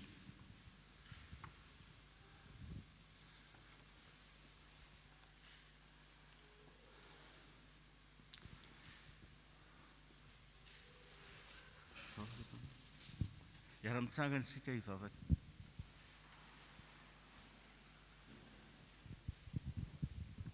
Ry Andriamanitra Tompo ray ny fahasoavana rehetra, efa ny antso sy ny fidim-panompo samihafa hanananjara amin'ny fanompona amin'ny fiangonana ianao. Namaly ny antsonao reto havanay reto, voafidy sy voatokana ankehitriny ho amin'ny anankiray amin'ireny asa fanompona ireny, araka ny fanomezam-pahasoavana nomenao azy tsiraray avy. Voavinanao teo anatrehanao sy ny fiangonana ny fanekeny, hanao izao asa izao izy, koa tsonjovy amin'ny famindram-ponao. Tehirizo ambanin'ny fitarian'ny fanahy masina, mba ho piasa mahatoky sy marina eo anatrehanao mandrakariva. Fenoy ny fahamarinan'ny teninao, ary ome fitondrantena madio mba hanimpony marinanao ao amin'ny fanatanterahana izao asa izao, na amin'ny teny, na amin'ny atao, mba hanome voninahitra ny anaranao ary hampandroso ny fiangonana. Aoka izy ireo mba hitafy fahamotinana sy fanetretena, ka azoto tokoa amin'ny fanompoana sady anaiky amin'ny fankasitrahana ny fananarana rehetra araka ny fanahy masina. Mangataka aminao zay mba hanana ny mandrakariva fieritrretana tsara sy faharetana mafy amin'ny Jesosy Kristy, ka hitondra tsara zany fanompoana ny fidianana sy ny antsoana azy zany eo anatrehanao. Amin'ny alalan'i Jesosy Kristy zanako mpamonjy anay, izay moemboninahitra sy laza miaraka aminao raisy sy ny fanahy masina, mianoa anay ry tompo tsaro. Amen.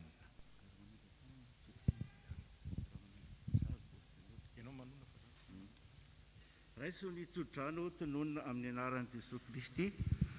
Andriamanitra dia efa nitondra ny Jesosy tompontsika hiala amin'ny fahafatesana, ary Jesosy tompontsika izay mpiandry lehibe miahy ny ondry noho ny raha nafony ho antoky ny fanekem-pihavanana mandrakizay.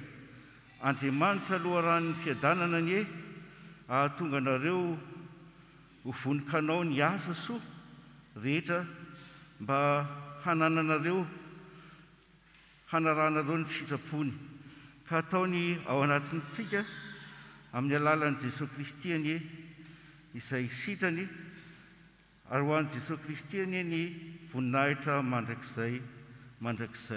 Amen. Dia mandehana amin'ny fiadanana sy amin'ny herin'ny tomponareo, momba anareo mandrakariva izy fa tsy mba mivadika, ary mandehana fa mendrika ny fitokisany sy ny fitokisan'ny fiangonana ianareo. Dia mahazo mamonjy ny toeranareo nareo.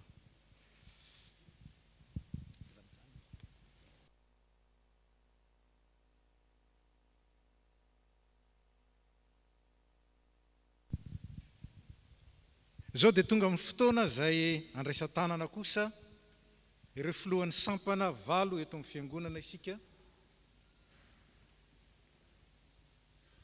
Ataontsika mpitsanganana ny hira 8:9 ary mipetraka isika aorian'ny hira.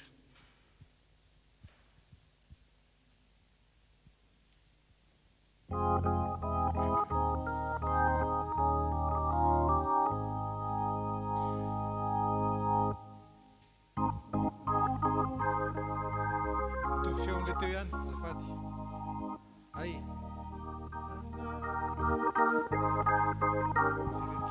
Averina azafady, miala tsiny fijanona andiso.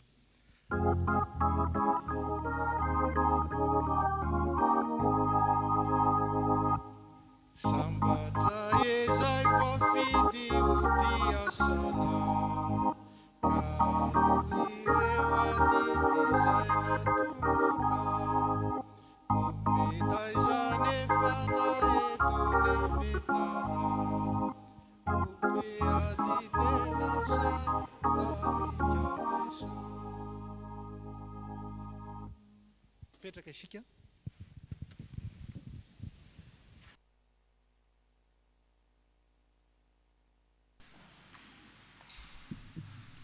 ny fiangonana velona ry havana dia manana sampana eo aminy izay andraisan'ny vahoaka an'Andriamanitra andraikitra araka ny fanomezam-pahasoavana ny menany tsiraray avy. Hoy ny Tompo, izaho ny voaloboka ianareo ny sampana izay miray amiko ary zaho aminy dia mamobe izy. Fa raha misaraka amiko kosa ianareo dia tsy mahay manao na inona na inona. Jaona 10:15. Hoy koa izy tamin'ireo voafidiny, tsy ianareo no nifidy ahy fa zaho no nifidy anareo, ka naniraka anareo mba handesy hamoa ary haretany vokatrareo, mba homeny ray anareo izay rehetra angatahinareo amin'ny anarako na inona na inona. Jaona 10:20. Hoy koa ny soratra masina mikasika ny sampana, dia ny sampana velona izay miasa eo amin'ny fiangonana, tahaka ny azo ambolena amoron-drano velona izy izay mamoa amin'ny fotoanany, tsy mba malazo ny raviny ary ataony lavorary avokoa ny asany rehetra. Salamo 1:7.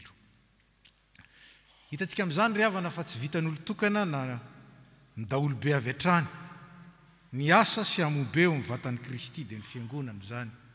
Fa ilaina ny fisian'ny sampana velona maro izay hamelomana sy hanadiovana ary hanabeazana ny tsiraray araka ny fanomezam-pahasoavana sy ny fiantson'ny Tompo azy avy, ka miasa sy mamobe eo an'ny Tompo lohan'ny fiangonana sy ny fiangonana izay vatany ety an-tany. Arak'izany, satria Andriamanitra dia tsy tompon'ny fikotranana fa tompon'ny filaminana, dia ilaina ny sy ny mpitarika isa-tsampana izay miara-miasa amin'ny mpitandrina sy ny dekônina amin'ny fitondrana sy ny fitaizana ary ny fandaminana ny fiangonana.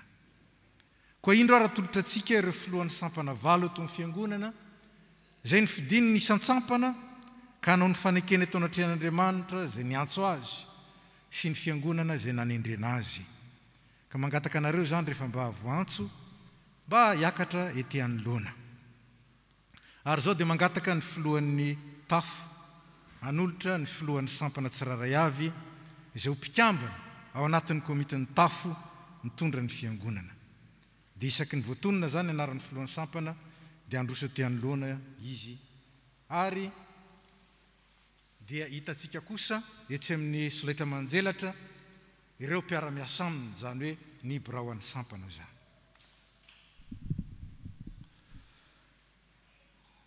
Ireto ary ny filohan'ny sampana 8 eto amin'ny fiangonantsika.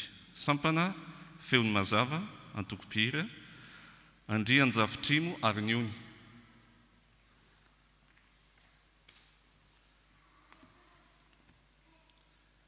Moa heverinao tokoa vany ianao zao asa fanimpona masina izao araka ny tenin'Andriamanitra. Eny. Manaiky tokoa va ianao fa hangataka isan'andro amin'ny Tompo ny hery sy ny fahazavana avy any amin'ny fanahy masina mba handrosoanao isan'andro amin'ny fahasoavan'i Jesosy Kristy Tompontsika? Eny. Koa dia mandray anao zahay ary manokana anao filohan'ny sampana feon'ny mazavana toko-pira eto amin'ny fiangonana.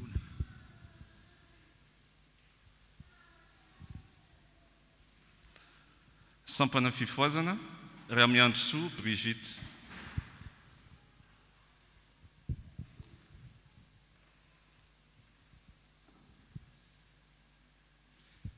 Moa heverinao tokoa vany ianao zao asa fanimpona masina tolotranao zao araka ny tenin'Andriamanitra? Eny Tompo. Manaiky tokoa va ianao fa hangataka isan'andro amin'ny Tompo ny hery sy ny fahazavana avy any amin'ny fanahy masina mba handrosoanao isan'andro amin'ny fahasoavan'i Jesosy Kristy Tompontsika? Eny Tompo.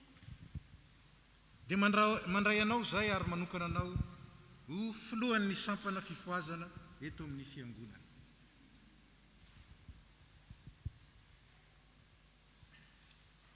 Sampana SLK, Leila Christiane, Raslofo Dominique.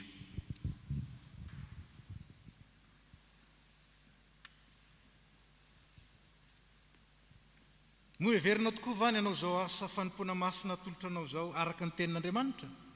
Eny Tompo. Manaiky tokoa va ianao fa hangataka isan'andro amin'ny Tompo ny hery sy ny fahazavana avy amin'ny fanahy masina mba handrosoanao isan'andro amin'ny fahasoavan'i Jesosy Kristy Tompontsika? Eny Tompo. Dia mandray anao zay ary manokana anao ho filohan'ny sampana Leila Kristianina eto amin'ny fiangonana.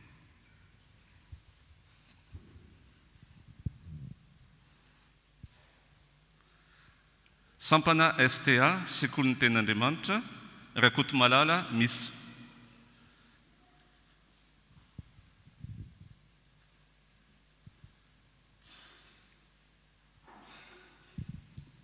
Moa heverinao tokoa va ny anao zao asa fanompona masina tolotra anao zao araka ny tenin'Andriamanitra? Manaiky tokoa va ianao fangataka isan'andro amin'ny tompo ny hery sy ny fahazavana avy amin'ny fanahy masina mba handrosoanao isan'andro amin'ny fahasoavan'i Jesosy Kristy tompontsika? Koa dia mandray anao zay ary manokana anao ho filohan'ny sampana sekoly ny tenin'Andriamanitra eto amin'ny fiangonana.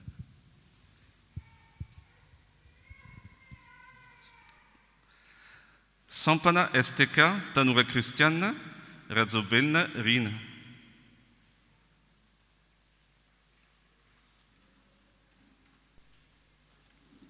Moa heverinao va ny anao zao fanompona masina tolotra anao zao araka ny tenin'Andriamanitra? Eny.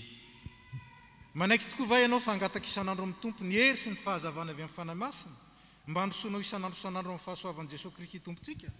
Eny. Koa dia mandray anao zay ary manokana anao ho filohan'ny sampana tanora kristianina eto amin'ny fiangonana.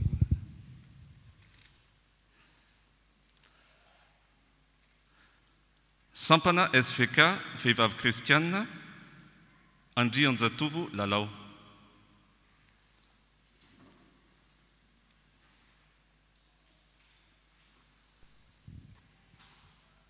Moa heverinao tokoa va ny anao zao fanompona masina tolotra anao zao araka ny tenin'Andriamanitra?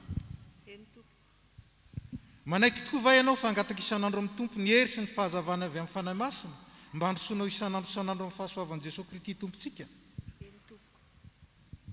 Dia mandray anao zay ary manokana anao ho filohan'ny sampana vehivavy kristianina eto amin'ny fiangonana.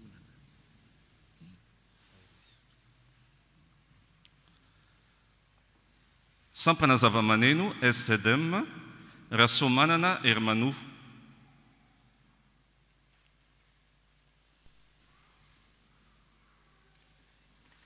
Moa heverinao tokoa va ny anao zao asa fanompona masina tolotra anao zao araka ny tenin'Andriamanitra?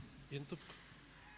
Manaiky tokoa va ianao fangataka isan'andro amin'ny tompo ny hery sy ny fahazavana avy amin'ny fanahy masina mba handrosoanao isan'andro amin'ny fahasoavan'i Jesosy Kristy tompontsika? Eny tompoko. Koa dia mandray anao zay ary manokana anao ho filohan'ny sampana zavamaneno eto amin'ny fiangonana.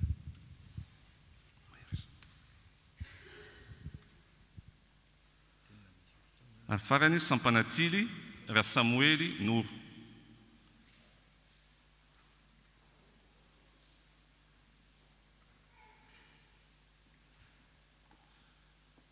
Moa heverinao tokoa va ny anao zao asa fanompona masina tolotra anao zao araka ny tenin'Andriamanitra? Eny tompoko. Manaiky tokoa va ianao fangataka isan'andro amin'ny tompo ny hery sy ny fahazavana avy amin'ny fanahy masina mba handrosoanao isan'andro amin'ny fahasoavan'i Jesosy Kristy tompontsika? Eny tompoko.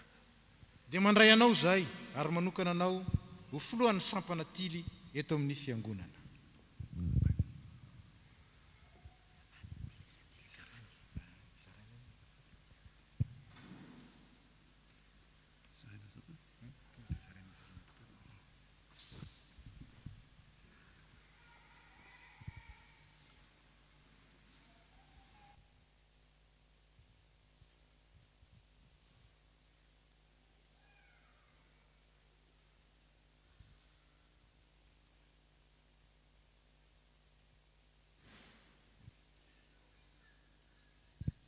Zao ary dia mangataka aminareo zay mba hitodika any amin'ny fiangonana ary ny fiangonana angatahana mba hitsangana ary dia andre ny fanekena zay ataon'izy ireo amin'izao anjara fitantanana ny sampana nomena azy zao izy ireo.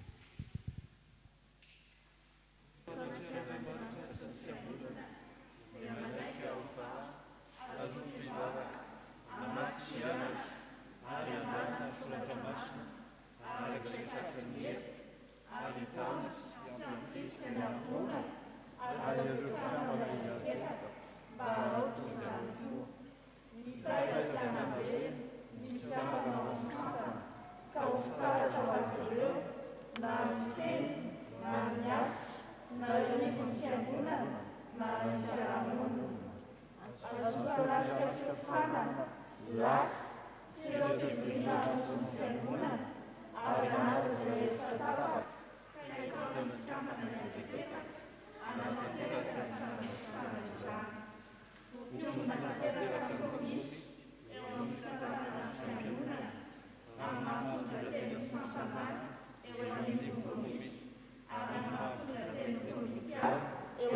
sampana hitamo sy ny ravito miaraka Andriamaso ny firaisan'ny fiangonana ary anefa sy taona ny mpiavana anatanteraka ny azidy rehetra eo amin'ny fiangonana.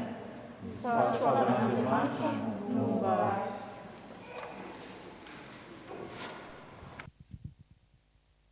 Ry filohan'ny sampana asianareo mpiara-miasa aminy mahereza sy mahatanjaa momba anareo mandrakariva ny tompo.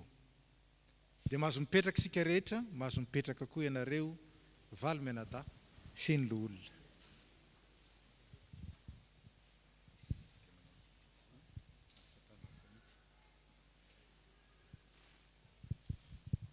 Araka ny fantatsika dia ny komity no mitantana ny fiangonana amin'ny andavanandro.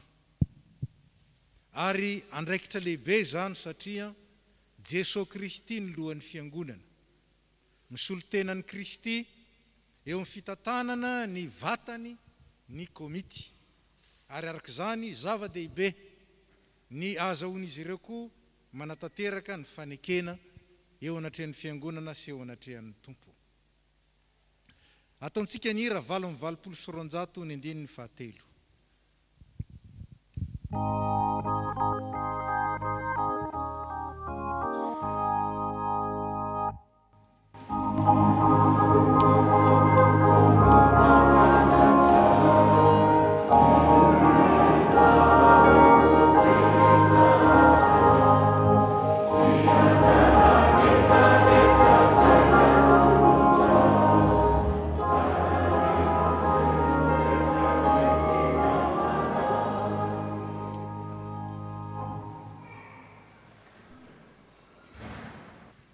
Zava-dehibe hatramin'ny andron'ny fiangonana teo amin'ny zanak'Israely ry havana ny fanendrena olona ho naman'ny mpitarika teo amin'ny fitondrana ny vahoaka an'Andriamanitra. Hoy Jehovah tamin'i Mosesy, manangona 70 lahy amin'ny loholon'ny Israely ho ety amiko ary ento miaraka aminao ao an-tranon'ilay fiaonana izy ary ara-mitondra ity fireneny ity aminao reo fa tsy ianao irery intsony no hitondra azy. Koa izao dia tonga amin'ny fotoana izay andraisan-tanana sy ametrahana ireo tompona andraikitra samihafa eo anivon'ny fiangonana sy ny komity isika. Voafidy ho filomo Andriamatora Jobelina Solofo ka dia izy no anolotra ny anaran'ireo mpiara-miasa aminy amin'ny birao ny fiangonana sy ireo andraikitra maro samihafa izay napetraka amin'ny diakona sy amin'ny filohan'ny sampana zany. Ireto avy ny mpiara-miasa amiko zany aminay amin'ny roa taona manaraka ity. Ny birao ny fiangonana, ny filompanampy Nasolo Rakotiny Indraina, ny Tony Soreo Randriamanantena, ny mpitantsoratra Rajobelina Sylvie, ny mpitantsoratra mpanampy Maminiaina Andriamampandry, ny mpitambola Antriniaina Ratovindraona, ny mpitantsoratry ny vola Njaka Rasondraibe, ny mpitantsoratry ny vola mpanampy Malalatiana Randria Mangamalala. Ireto kosa ary ny filohan'ny vondronasa, ny talehan'ny vondronasa. Vondronasa fiainam-piangonana Randria Manjato Bodoanitra sy Randria Manjato Tantely Armanda. Vondronasa Serasera Ravelomanana Saoba Maoly sy Ravelomanana Alravaka. Vondronasa Vola sy Fananana Andria Mifidy Gérard sy Ravelo Armanana Beavana. Vondronasa Sosialy Rakotondrafahatra Salama sy Rakotondrafahatra Panoel Flavian. Vondronasa Fitaizana Razafitsialona Also sy Rabibso Jeanne Elisabeth. Ireo mpiadidy dia ireto avy: Raveljaona Edy, Jean-Christian Andrianjatovo, Andir Andrianjavitrimo, Rakotoardina Fara Mapionina. Ny diakona firaisan'ny sampana kosa dia ireto avy: Rajersol Clémence sy Raveljaona Faramalala Mboladina.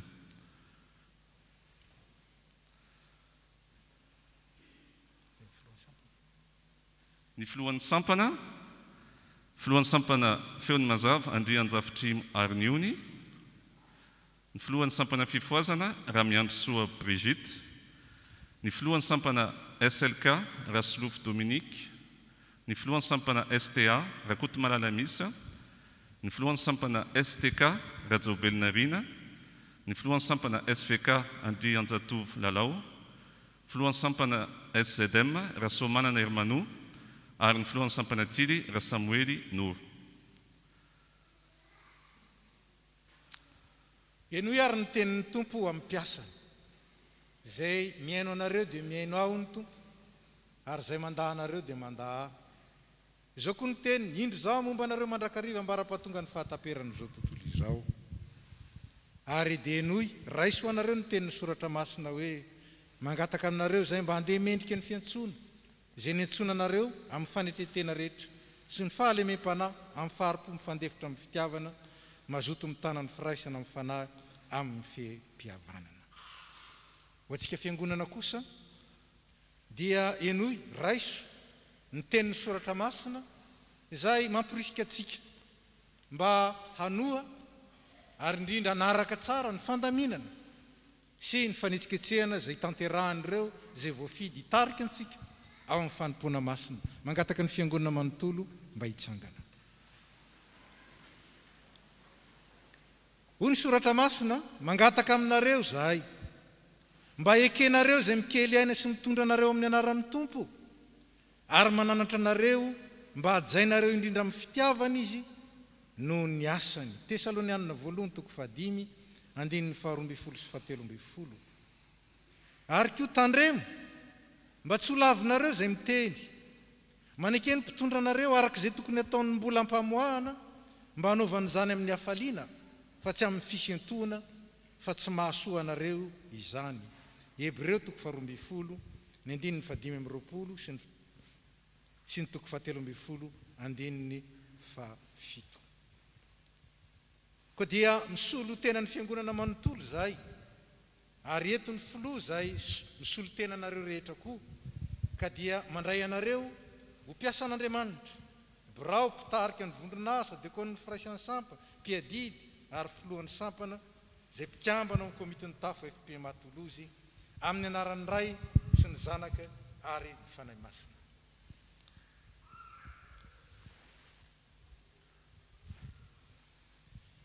Enganeko sikinina ny tompo hery avy any ambony ianareo, mba ho vita tsara ny asanareo, ho fahasoavana ho anareo zany, ho fitahina ho amin'ny fiangonana zay ho tompoinareo, ary voninahitra kosa ho an'Andriamanitra anio sy ho mandrakizay. Amen. Mbola hivavaka sika. Ry Andriamanitra tsara fo indrindra, ianao nefa nampianatra anay tamin'ny alalan'ny zanakao lahy tokana, mba hangataka aminao mba hanirano piasa amin'ny tanimbolonao, satria be nojinjana fa ny piasa ny vitsy. Koa eno ny fangatahanay ho an'reto mpanomponao reto, zay atokanay anio piasanao, ka hitarika ny fiangonana amin'ny mahakomitiny tafo azy. Arova izy noho ny anaranao, amasiny noho ny fahamarinanao, atanjao amin'ny finoana sy ny fitiavana, ary ampio mba hahatonga azy ireo tena piasa mahatoky, ka anomananao satroboninahitra fiainana. Atao fisasy maharitra ny fijoroana vavolombelona, mba hanambarano ny fahamarinanao, hitory ny teninao, hitantana sy hanoro, hananatra ny fahamorana sy ny fahendrena rehetra, ka iseho mpitandrina tsara ny fahasoavanao eo amin'izay rehetra ataony. Momba azy amin'ny adi-panasy ny fahoriana rehetra, omeo ny fanetretenanao mba iseho ny herinao amin'ny fahalemeny, ampavokary arak'izay kasitrahanao ny asa tanterahany. Tompo, ndreo reo olona ny fidinao tamin'ny alalan'ny fiangonana, izay nametraka ny fitokisany tamin'izy ireo. Natokanay ho amin'izany izy ireo androany, ka mangataka aminao mba hitahy azy ireo, omban'ny fahasoavanao mandrakariva izy, ka tolory ny fanahy ny fahendrena sy ny fahazotoana ary ny faherezana, mba hamirapiratra eo aminy sy eo amin'ny sampana zay entiny ary eo amin'ny fiangonana manontolo ny voninahitra ao. Ary ny fiadananao izay mihoatra noho ny fahalalana rehetra, hiaro ny fony sy ny heviny eo aminao Jesosy Kristy, dia ho anao Andriamanitra ray zanaka ary fanahy masina irery, ny voninahitra hatramin'ny taloha indrindra sy ankehitriny ary mandrakizay. Amen. Ry rahalahy sy anabavy, maefa be amin'ny asan'ny Tompo, ary tsaroa fa tsy foana tsy akory ny fikelezanareo aina amin'ny Tompo, dia mandehana amin'ny herin'ny Tomponareo ka mijoro sahy torio amin'ny teny sy ny asa tsara Jesosy Kristy Tompontsika. Amen. Mipetraka isika fiangonana, izao kosa ny komity dia hiakatra ety anao ny anjara irany.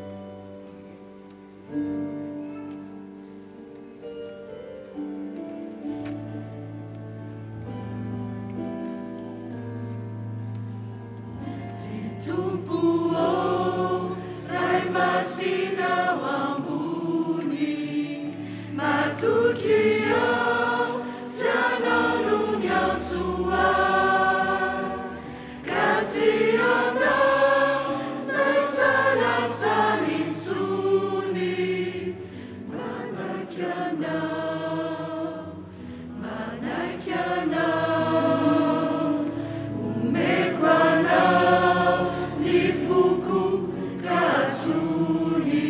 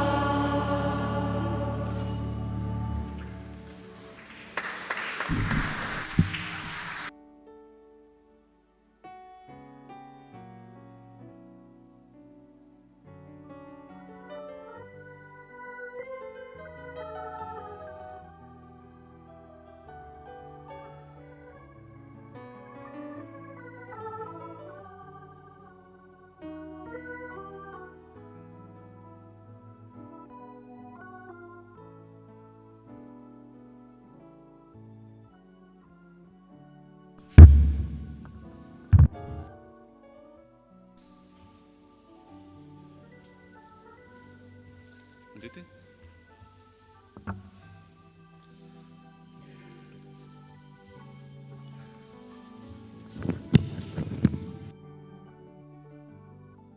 Eny ry havana malala teny foy fisaoran'Andriamanitra fa aminay mianadahy reto izay vao notokanana sy ny raisin-tanana.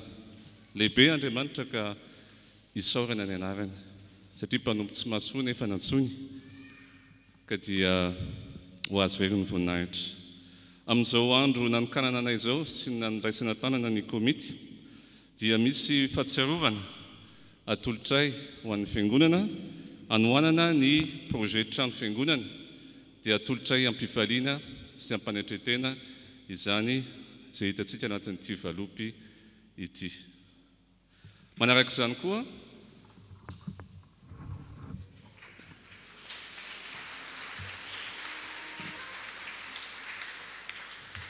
izany koa dia misaotra ny mpitandrina pasteur Seta Rasundraibe izay filohan'ny FPMA mangataka anao hitsangana sy pasteur Élisée Andriamiandra izay mpitaiza ny fiangonana mitaizanay nandritra izay fotoana nanomanana anay izay ary maly dia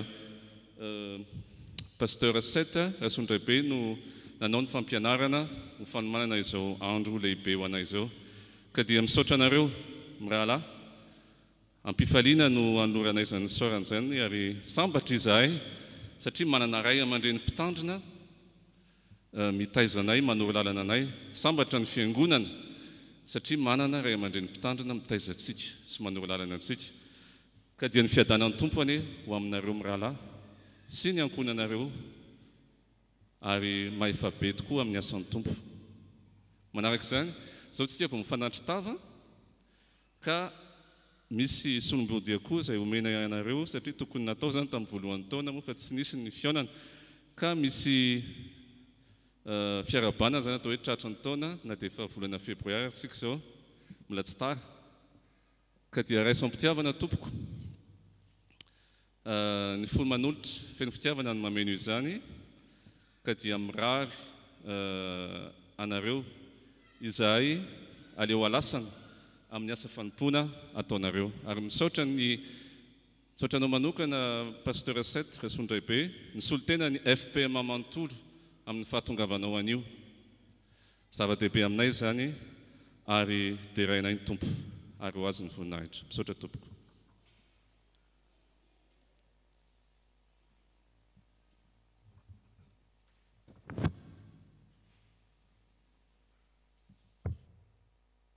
Ny tompon'andraikitra ny amin'ny firarian-tsoa ary misaotra anareo fiangonana koa izay atao hoe miara-miasa akaiky amin'ny foiben'ny FPMA amin'ny fampandrosoana ny fanjakan'Andriamanitra eto anivon'ny ty Frantsa izay misy antsika ity. Ny antony ilazana an'izany dia zao hoe anisan'ny atao hoe tanana kavanana pasteur Élisée Andriamiandra eo amin'ny fikarakarana ny asa fitandremana ato anatin'ny FPMA ary manampy betsaka ny foibe izy manampy betsaka ny filohan'ny FPMA izy amin'izany andraikitra mavesatra izany ary dia mampitsotra nareo satria mamela azy matetika nareo isaky ny mangataka izay dia tsy diso anjara hoe mba alefaso pasteur Élisée na tsy tonga mivantana aza dia eo amin'ny Zoom dia tena manampy betsaka ny mpitandrina eto aminareo ary dia ao anatin'izany koa ny fiangonana dia fantatra ny fikasana marobe izay tena lehibe ary ho voninahitr'Andriamanitra tanteren'ny fiangonana dia mivavaka ny FPMA manontolo rehefa mba ho tanteraka izany ho voninahitr'Andriamanitra dia mbola mamerina ny fisaorana dia ho neran'ny tompo avy zato eny izay rehetra laninareo dia ny fiadanana ny eo amin'ny tsiraray avy. Misaotra tompoko. Ary farany ry havana tsy ny FPMA ihany neto eny tsy hoe ny FPM mifohy be ihany no ety fa eto koa ny solontenany faritany Atsimandrefana izay misy atsika ka mangataka ny Hery-Ranomondsoa izay solontenany faritany Atsimandrefana tonga manatrika izao fotoana izao manana hafatra kely amintsika izy. Misaotra tompo.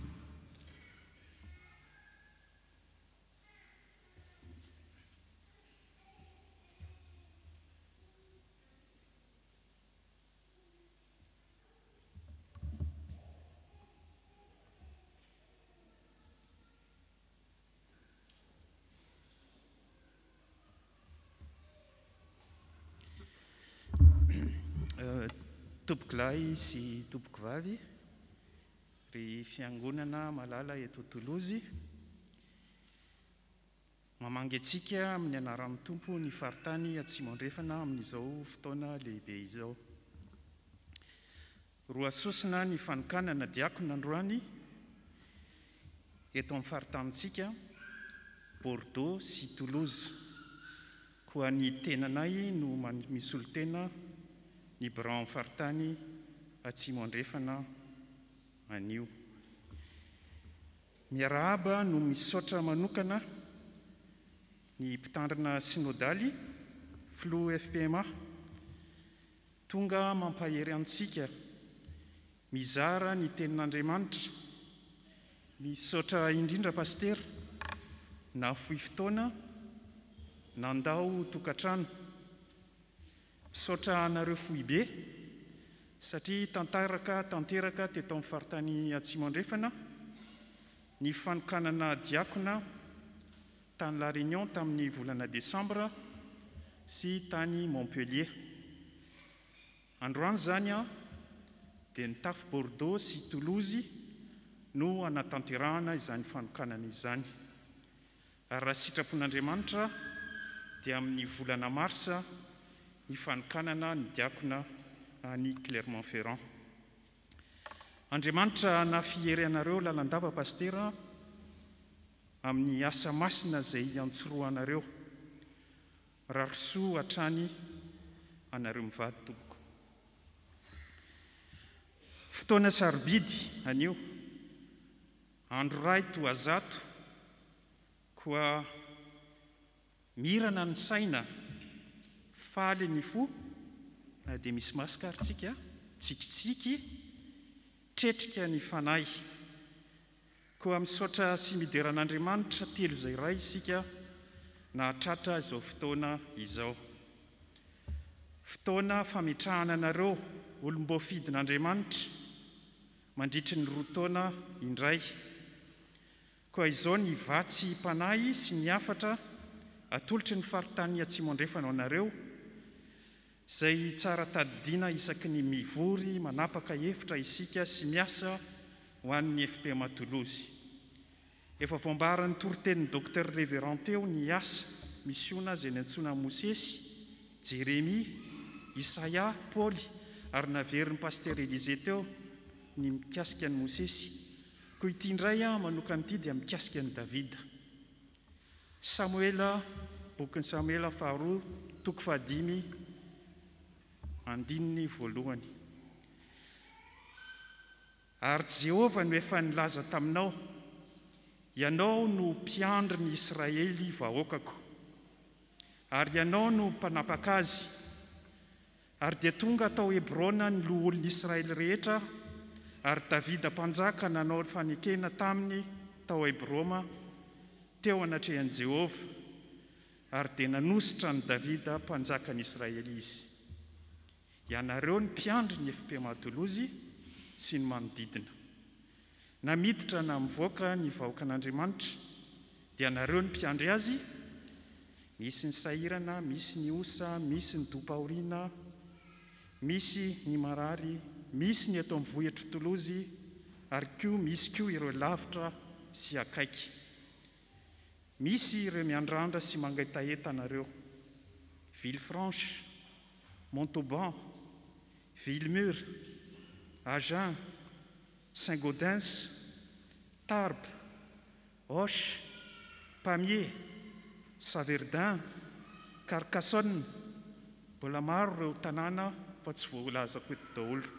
ireo no akaiky anefa koa misy koa ny lavitra izay asa misy iona endrasana antsika tahaka ny tafo rahavavy eto amin'ny faritany Antsimandrefana ny tafo Clermont-Ferrand.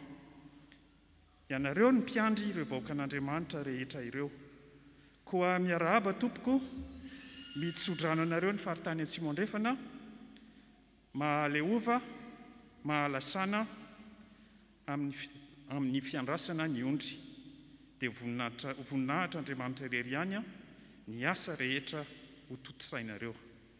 Veloma finaritra avy amin'ny Bran faritany Antsimandrefana. Saotra tompoko.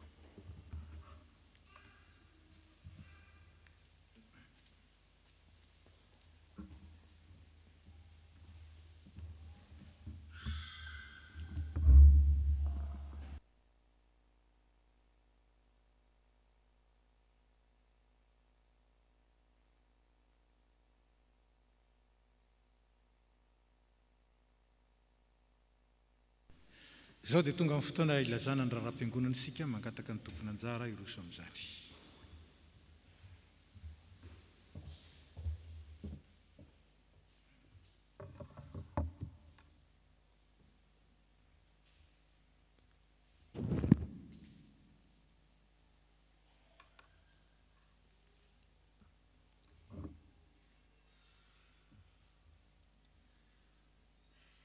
Ny mpitandrina sy ny komitiny FPM Toulouse dia faly miarabantsika indray ry havana amin'ny anaran'i Jesosy Kristy lohan'ny fiangonana sy tompony asa. Toy izao indray ary ny azo ambara amintsika anio. Vaovao avy amin'ny nasionaly mikasika ny fiofanana SAP KNPL, mampatsiahy antsika ny fiofanana ndreo fiofanana SAP KNPL FPM ireo izay azo arahina amin'ny alalan'ny phone call isaky ny alarobia amin'ny 8 ora ka hatramin'ny 7 ora alina. Misy fandikan-teny amin'ny teny frantsay izany dia hitantsika misoratra. Vaovao avy amin'ny tafo. Ny fanompoam-pivavahana fanomezam-boninahitra an'Andriamanitra sy fampahirezana ny fianakavian'ny pasteur Andriamampiana Désiré Mivady izay namonjy zanany dia ho tanterahina ny asabotsy 12 febroary manomboka amin'ny 2 ratolakandro ao amin'ny église protestante ao Saint-Gaudens. Famangina manjo. Ny famangina ny fianakaviana Rakotondray Toky sy Nasolo izay namony rainy sy ny fianakaviana pasteur Andriamampiana Désiré Mivady izay namony zanany dia ho tanterahina amin'ny alahady anio 13 febroary. Filazana mariazy. Fahendrena no anaovana trano ary fahalalan-tsaina no mampaharitra azy sady fahalalana no amenona ny efitrano amin'izay arena soa mahafinaritra ho abolana toko 717. Rakoto Arsoa Rasolo Honoré sy Farasoa dia faly mampandriantsika fiangonana ny fanamasinana ny fanambadiana izy ireo ny asabotsy 9 febroary 2024 amin'ny 3 ratolakandro atao amin'ny temple du Salin. Ity ny filazana voalohany. Vaovao avy amin'ny sampana tanora kristiana. Suite aux commandes J25, les tableaux, mugs et gourdes seront distribués à la sortie du culte pour ceux qui ne les ont pas encore récupérés. Cependant, comme annoncé la semaine dernière, les commandes textiles telles que les suites, les t-shirts et les sacs de sport n'arriveront que pendant ce mois de février. Nous nous excusons encore une fois de ce retard. Merci pour les commandes et soyez bénis. Vaovao avy amin'ny sampana zavamaneno endripeo hitazona stand izy ireo eo am-piravana ho fanafainganana ny famaranana ny activité calendrier ko afaka manantona azy ireo isika izay efa namandrika ny calendrier. Vaovao mikasika ny vina trano fiangonana. Mitohy hatrany ny fandraisana izay fotsika tonom-bola na don ponctuel na mensuel amin'ny fanangonana ny 300 000 € mandritra ny roa taona ho amin'ny vina trano fiangonana. Mbola aroso amintsika izany ary aroso ihany koa ny mikasika ny souscription azahoantsika mandray anjara rehefa vonina izany. Hitantsika misoratra ny numéro de compte IBAN ny trano fiangonana. Ny fitombavaka ny trano fiangonana manaraka dia ho tanterahina amin'ny asabotsy 12 febroary amin'ny 10 ora maraina ka hatramin'ny 12 ora sasany ao amin'ny vieux temple. Marina fa zava-dehibe ny fiombonan'ny fiangonana manontolo miara-mitondra izany tetikasa trano fiangonana izany eo amin'ny tompo satria raha tsy Jehovah ny manao ny trano dia miasa foana ny mpanao azy, koa entaniny isika rehetra hanatrika ny fotoana, hoy ny komitan'ny trano. Mampatsiahy antsika hatrany fa mbola mitohy ny fisoratana anarana hiditra ao amin'ny association ESPMA na Entraide et Solidarité Protestante Malgache, zany dia azontsika atao any amin'ny filoha Jean-Yves Rakotomalala. Kasika ny rakitra sy ny adidy. Tamin'ity volana janoary ity, ny rakitra voaray dia 1624 €, nefa ny mitanjona dia 3625 €. Ny adidy voaray dia 1273 € ary ny cible dia 2225 €. Noho izany, tsy fahatratrarana ny tanjona zany, dia manentana antsika rehetra mba nahoezaka manokana fa latsaka ny 500 isanjato ny tratra tamin'ny rakitra sy ny adidy. Ny fanahifana izany dia azontsika atao ampatsahivina amin'ny alalan'ny chèque, ny virement sy ny carte bleue amin'ny alalan'ny Elo Asso. Marina fa ny adidy na ny hafaliam-po dia nasondrotra 15 € ho an'ny mpiasa ary 10 € ho an'ny mpianatra sy ny tsy anasy sy ny misotro ronono araka ny tapaka tamin'ny fivorian'ny mpandray tamin'ny 14 janoary. Tsarovy anefa fa ny mpanomehany fifaliana no tian'Andriamanitra. Fiantsoana fivoriam-ben'ny mpandray. Antsoina ny mpandray fanasan'ny tompo rehetra eto amin'ny FPMA Toulouse amin'ny fivoriam-bena ny Assemblée Générale ka saina tao ny Alahady 17 febroary. Ireto no raha roso amin'izany: ny fampisehoana ny tatitra moraly sy ny toebola 120 ary ny fampisehoana ny tetikasa sy ny tetibola 20 Kasika ny asa fitandremana dia misy ny permanence isaky ny talata amin'ny 10 ka hatramin'ny 4 tolakandro en journée continue ary ny alakamisy amin'ny 10 ka hatramin'ny 12 sy sasany. Misy ny étude biblique amin'ny talata 9 febroary avy zao amin'ny 7 sy sasany alina any amin'ny Vieux Temple. Ny fanompoam-pivavahana amin'ny Alahady 13 febroary zao zany dia manomboka amin'ny 10 sy sasany any amin'ny Vieux Temple. Manentana antsika hatrany ry havana tsy hitsahatra hitondra ambavaka ny fiangonana sy izany asa sy fikasana tsara rehetra zany, fa ny voninahitra dia ho an'Andriamanitra irery ihany.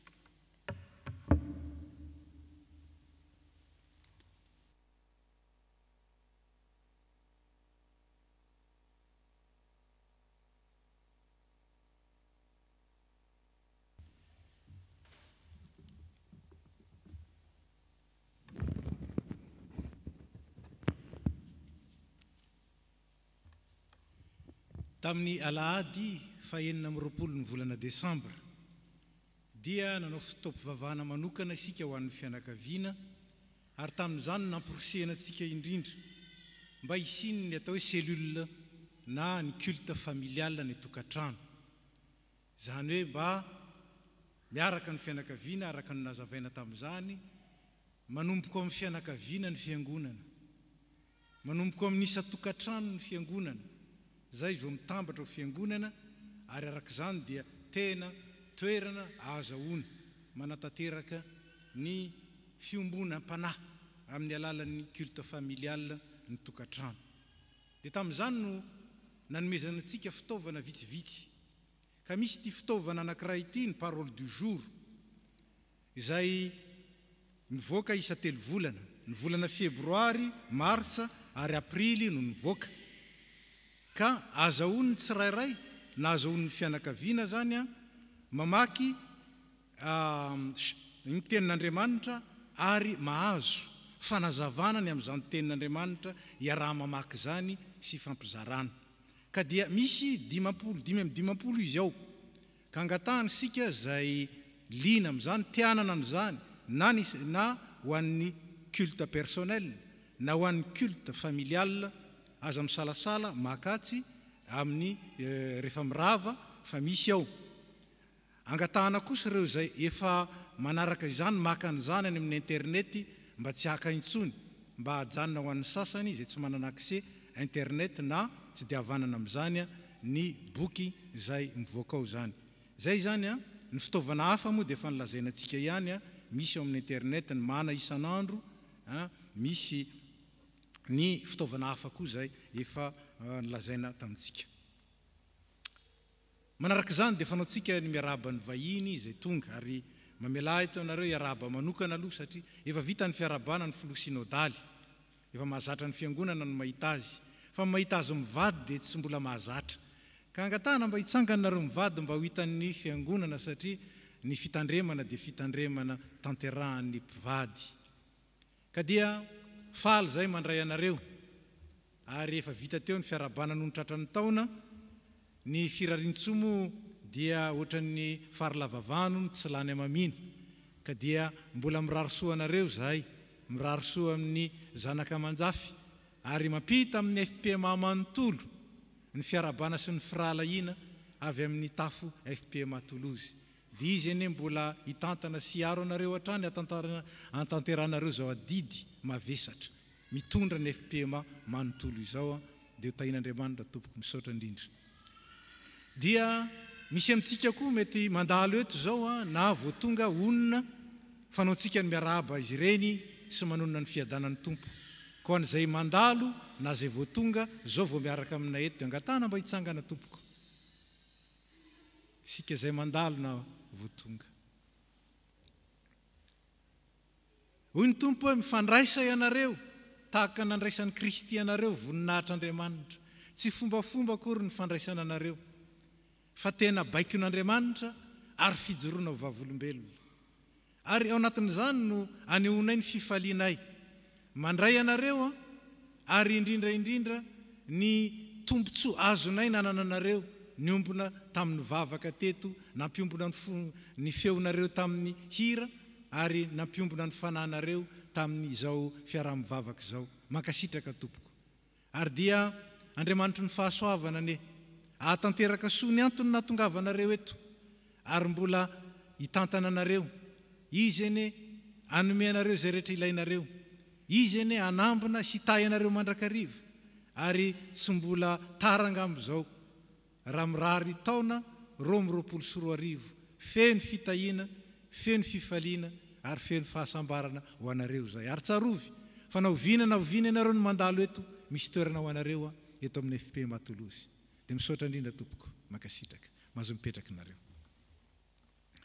fanaontsika koa ny alady voalohany zao amin'ny volana ny miarahaba manokana ireo zokiolona ary satria tsy tonga eto daholo tsika dia na ny tokantrano aza dia arabaina daholo ka misy ny zokintsika mianada zany zay natratrany tsingeritaona naterahany tamin'ny volana lasa iny volana janoary dia raha matora mananjo Monika raha eto izy dia angatahana hitsangana raha ny tokantrano dia angatahana ihany ianao hitsangana fa ny fanahintsika miaona ny fampiaona ary ny fakahita ary Andriamatora Andriamasy Daniel asa raha eto koa izy taoko fa manaraka any amin'ny YouTube koa ka dia miarabanareo mianada ny zanakareo ny zandrinareo natratra indrao zao tsingeritaona na aterahanareo zao fa asoavana avy amin'ilay Andriamanitra iombonana zany ary arahanay midera azy aminareo koa ary dia tsy miaraba fotsiny zahay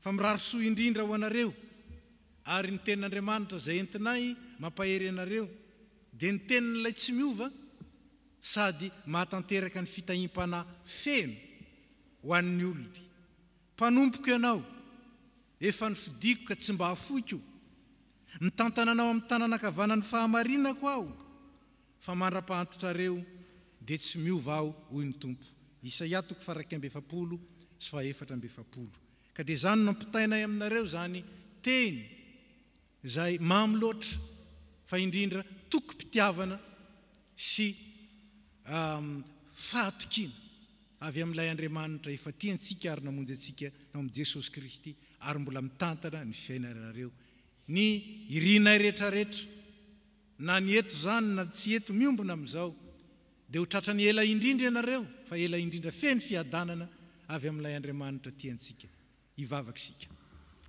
tompo misaotranao zay no ireo zokinay ireo ray aman-dreny zay nampitomboinao ndray ny taona iainany ary nitantaninao sy narovanao noho ny fahasoavana lehibe ao amin'i Jesosy Kristy miompifaliana amin'izy ireo zay tompo ary miombona koa misaotra anao mankasitraka anao ary manome voninahitra anao noho zany fitahian-tsoa izany ianao nefa nitantana azy ireo hatrany am-boka ary ianao no mbola mitantana azy ka na dia mandra-pahantiny aza dia tsy miova ny fitiavanao azy, tsy miova ny fitantananao azy, ary dia angatanay tompo ampitomboy mandrakariva ao anatin'izy ireo ny fahatokinanao, ary atobay isan'andro amin'izy ireo ny fahasoavanao sy ny fitahim-panahy avy eny ambony, azo ny faly eo aminao ary azahoanay miara-misaotra anao no ny fitahinao azy ireo. Ninona iriny tompo, ninona katsahiny fony, ninona eta tsara ka ankasitranao zany, meo azy ireo malalaka ary mihoatra noho zany ampitoerao amin'ny fiadananao, ny fifaliana maharitra mandrakizay ary ny fiainana be dehibe ao amin'i Jesosy Kristy. Izay tsy voatononay amin'izany vavaka izany fantatra fa tokony ho an'ireo ray aman-dreninay ireo meo azy malalaka dia anao ny dera sy ny haja ny voninahitra. Amen. Dia mirarisoa anareo menada izahay ary dia mampamangy tompoko. Ny manaraka ny tanterahana ny fifidianana ireo mpandini-bola eto amin'ny fiangonana. Adidy sy andraikitra tsy mora zany mavesatra zany ary tanterahana amin'ny anaran'ny tompoko. Raha ny marina moa ny mpandili-bola amin'ny fiangonana dia tokony maleo tena, indépendant, mba tsy isian'ny collusion zany. Ary zany mahatonga tsy nampidirina tao anatin'ny liturgia ny fanokanana, kanefa kosa manana anjara toerana lehibe eo amin'ny fiainan'ny fiangonana ny mpandini-bola ny fiangonana. Ka dia atolotra ny fiangonana izy ary amin'ny anarantsika rehetra ny rarianay soa ho azy. Mangataka ny filohan'ny fiangonana mba hiaraka amiko eto. Ka dia miantso ny ramatoa isany Barson Faratina mba hiakatra ety sy Andre Mifidy Mirindra Soa.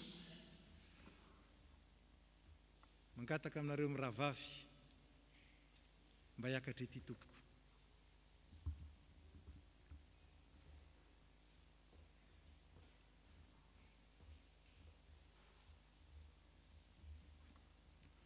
Hitanareo fa rehefa mifiarahamonina, rehefa resa-bola indraindray dia manahirana.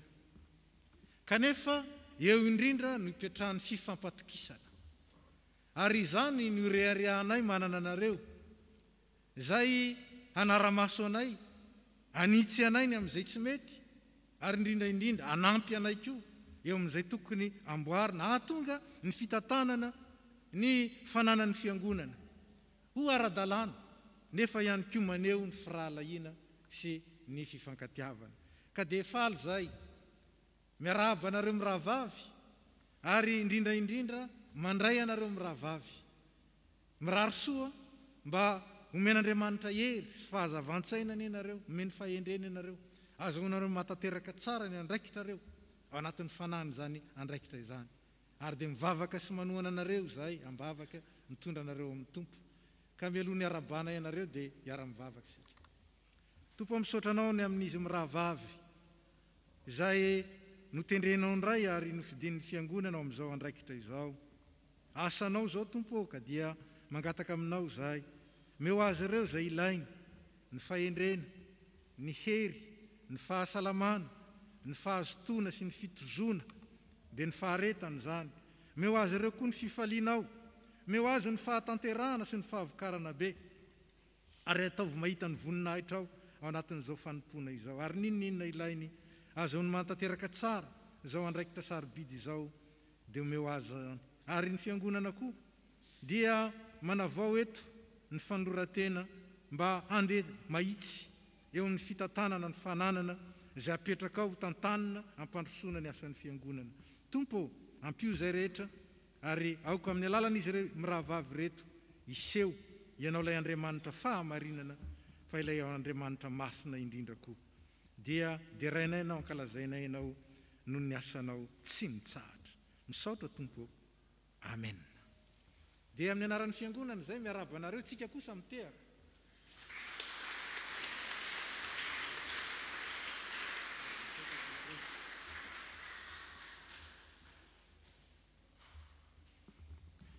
Farany indrindra efa lasa ihany ny fotoana ka dia misy ny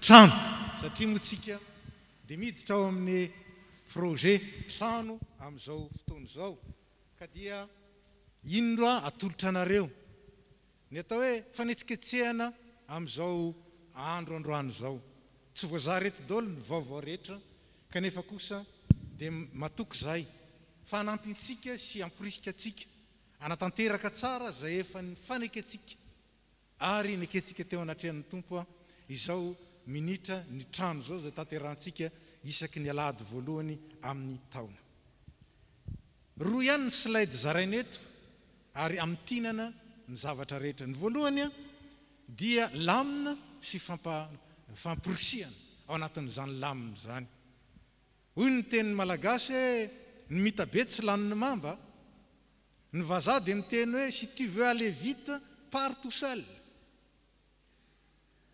mais si vous voulez aller loin marchez ensemble si vous voulez aller loin marchez ensemble ary androantsika dia nandray an'izany raha teo ny hoe mandrosoa amin'ny lalina midira amin'ny lalina ary zany fidirana amin'ny lalina zany iombonana sy arahana tsika samysika fa miaraka amin'ny Jesosy Kristy ka anisan'izay privilégiena omena larana manokana zany ny ataontsika mutualisation des efforts et des forces fampiraisana ny ezaka sy ny hery ka amin'ny alalan'ny vala fatatsika fa nisy vala folo teo fa zao dia 12 ny vala manomboka amin'ny herin'ny androany raha sitrapon'ny tompo dia ho afisena amintsika ny vala 12 ary ampahafantarana antsika iza avy isika ny ao amin'ny vala ary iza ny dekona tompona andraikitry ny vala ary dia entanina misambala mba hiara-mientana misy vala anankiray zao dia efa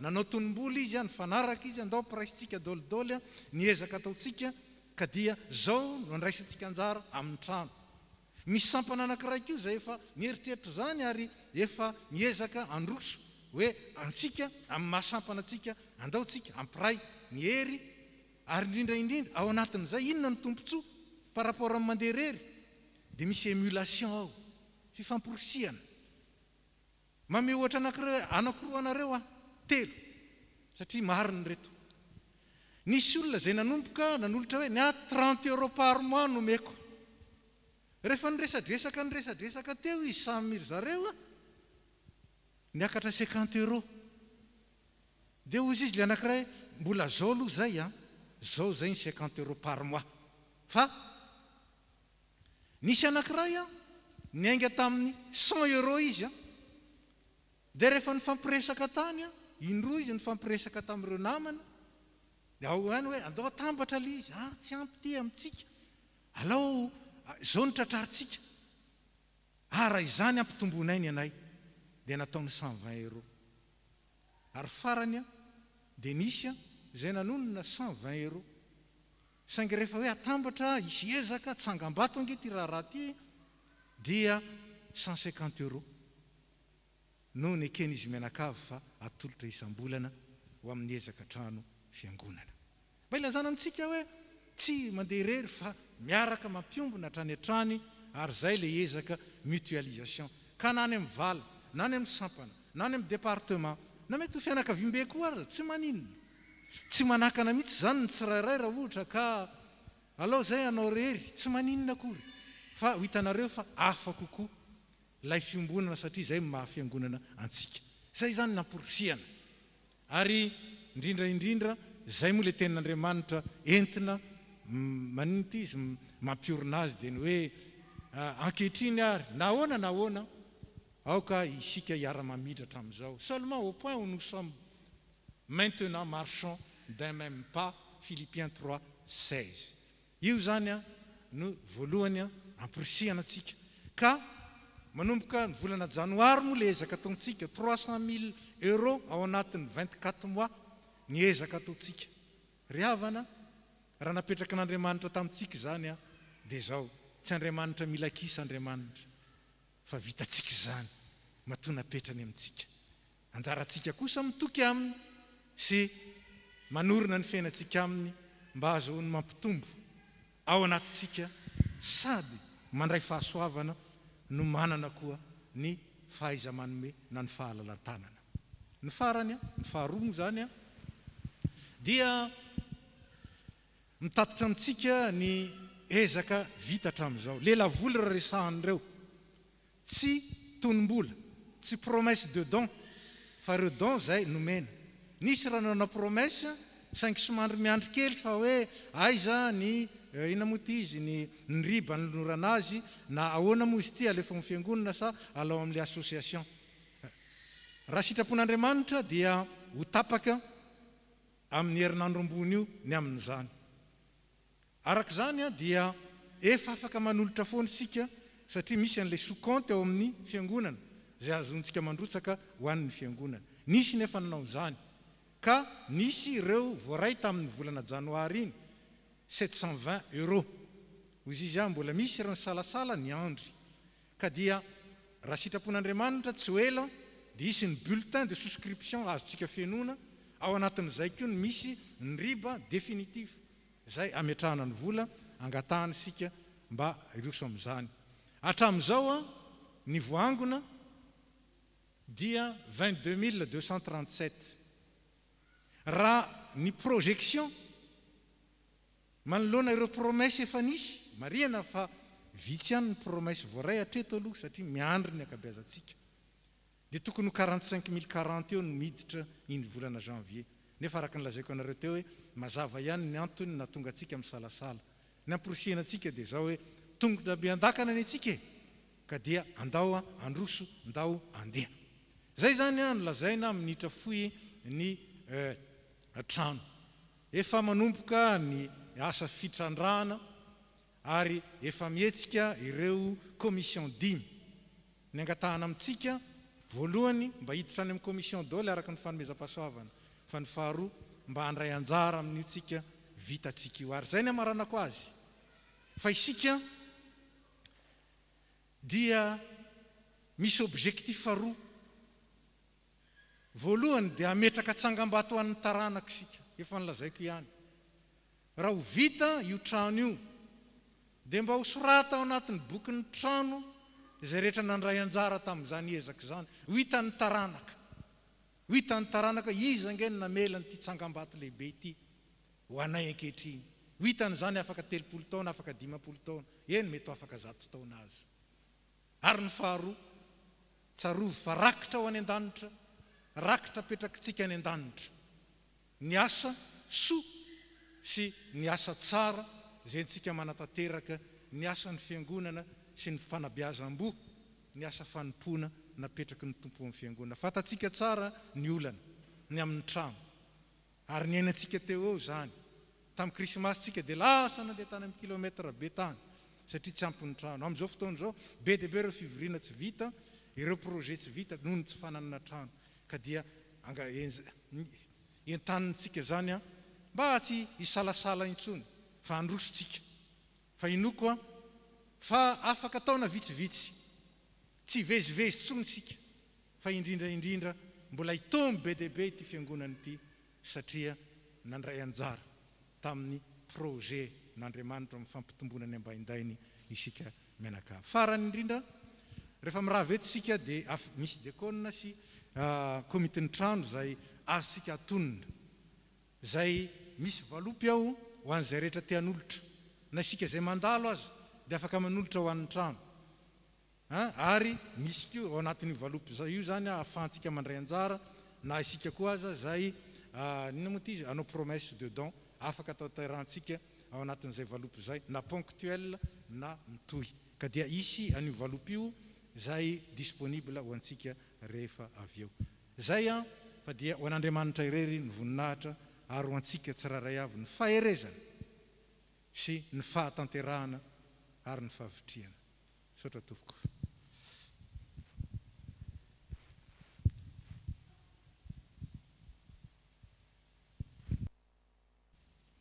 Tonga amin'ny fotoanany fanatitra isika zao ry havana. Manao nira izay efa voatondro isika hampatsiarovana moa fa tsy manao rakitra telo. Rehefa fandraisana moa isika dia rakitra telo. Ray ihany ny rakitra fa mafonja. Zay le izy rakitra iray fa mafonja ary dia tsarovy fa zay manome amin'ny fifaliana dia mahazo fankasitrahana avy amin'Andriamanitra. ataontsika ny hira izay efa voatondro mitambatra ao daholo zany na nirakitra fandraisana nirakitra voalohany sy faharoa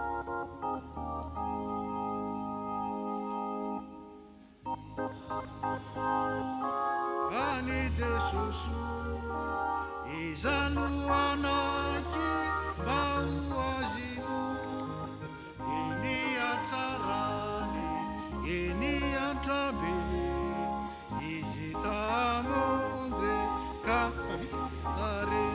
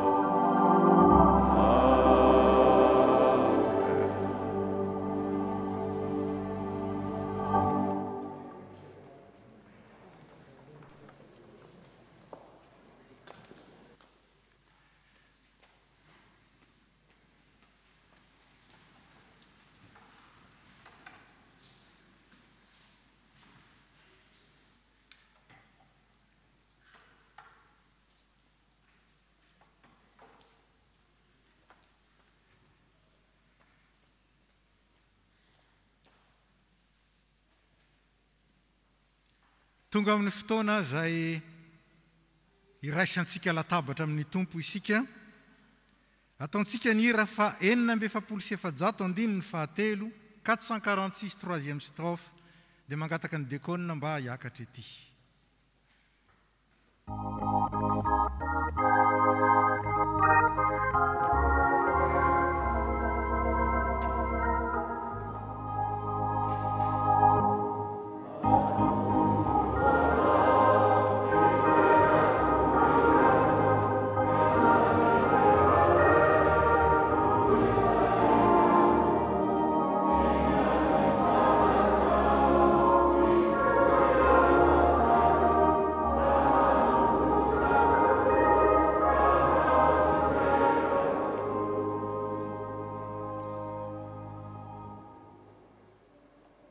Asandrato amin'ny tompo ny fonareo hiara-mitsangana isika.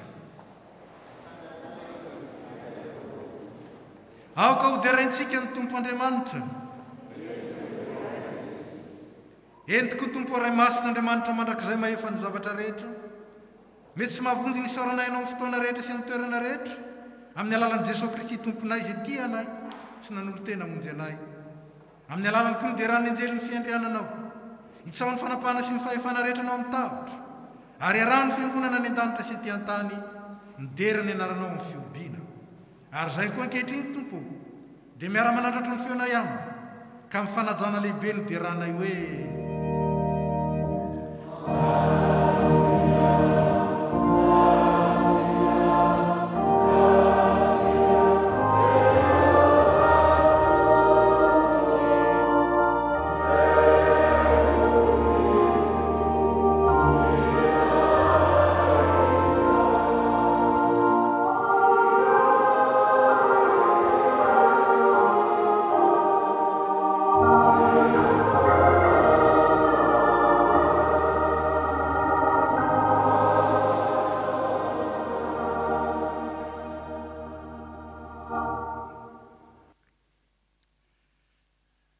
aoka angina ny tany rehetra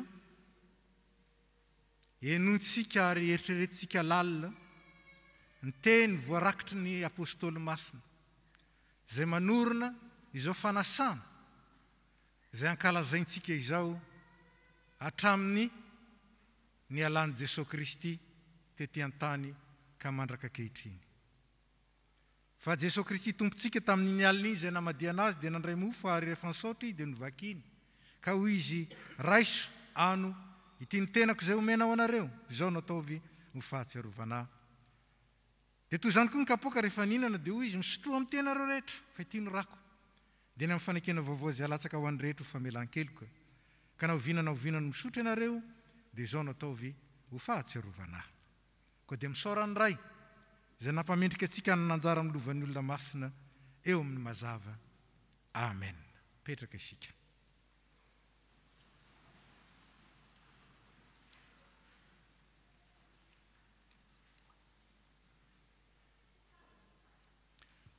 ry kristianina malala aoka isika atsiaro an'i Jesosy Kristy ilay maty ny solo antsika nitsangana ho fanamerenana antsika dia fanatim-pihavanana tolotr'Andriamanitra antsika izany dia aoka ary isika hiara-misaotra sy hivavaka isika misaotra anao izay ry Andriamanitra ranay tompony lanitra sy ny tany fa noho ny famindramponao aminay mpanota mahatra dia nomenao ny zanakao lahy tokana mba tsy ho very izay rehetra mino azy fanana fiainana mandrakizay ko noho izany ry tompo ray any an-danitro ndreto izay manao tao anatrehanao ny fahatongavany zanaka olona ny fahatsiarovana izany ny amin'ny fijaliany sy ny fahafatesany ny fahatsiarovana izany ny fitsanganany tamin'ny maty sy ny fiakarany tamboninaahitra ary ny fonany mandrakizay ho anay ary ny finoana izany ka dia miandro sy mitalao ny fiverenana izay tompo ankehitriny ary rayo aidino ny fanay masina mba hameno ny fonay ka andraisanay tokoa ny tomponay amin'ny finoana velona amin'izao izy manatona anay amin'ny alalan'ny fanasana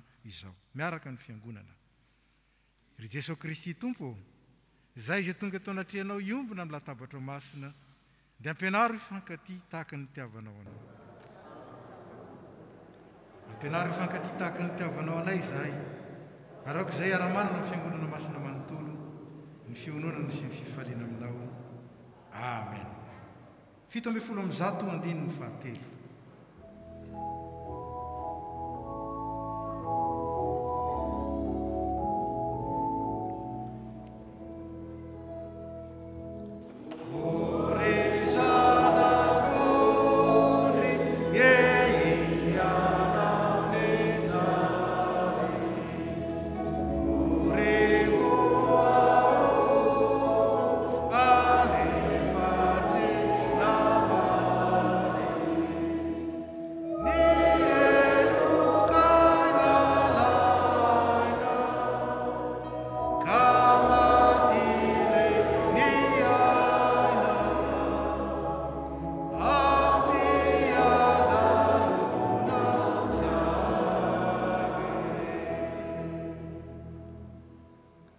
efa nandray ny fanahy mahazanak'Andriamanitra antsika izany no ahafahantsika miara-mivavaka hoe rainay ho izay any an-danitra ho masinany ny anaranao ho tongany ny fanjakanao atao any ny sitraponao ety an-tany tahaka ny an-danitra meo anay ny izany ny sahazavanay ary mamelany ilokay tahaka namelana izy leonay ary azantonana amin'ny fiakapanao fa manafanay amatsy manao fanjakana sy ary mivolanitra mandrakizay amen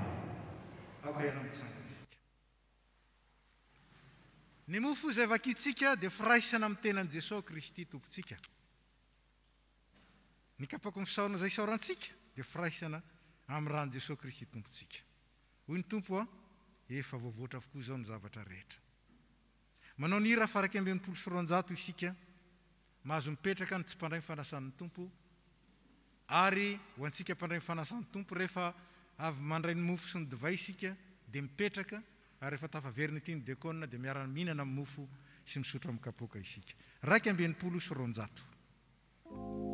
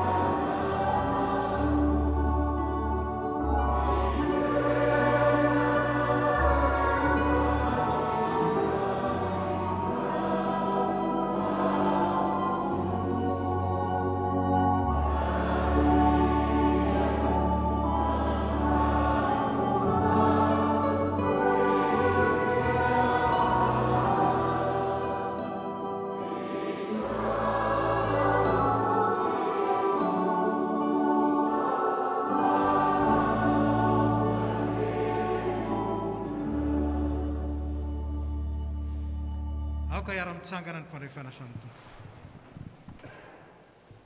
Hoy ny tompo, raiso ano tia ny tenako izay omena ho anareo, izao no ataovy ho fahatsiarovana.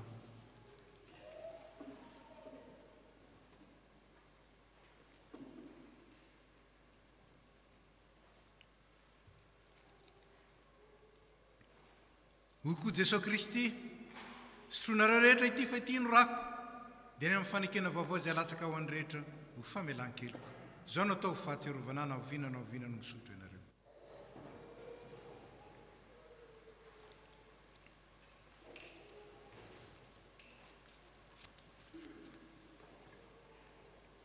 Jesosy Kristy tompontsika izay vombo tamin'ny azo fijaliana ka nitsangana tamin'ny maty, no efa nanomenareo ny tenany sy ny rano izay nanavotana anareo tamin'ny fahotana rehetra. Izy ny ampahery sy aro anareo amin'izany amin'ny finoana marina, ho fahasambarana mandrakizay ho aminareo niny fiadanana. Mipetraka isika. Ampatsiarovana fa rehefa amin'ny raha vetsy isika dia misy anangonana ny kapoaka ery Antoravana. Azo mipetraka nareo.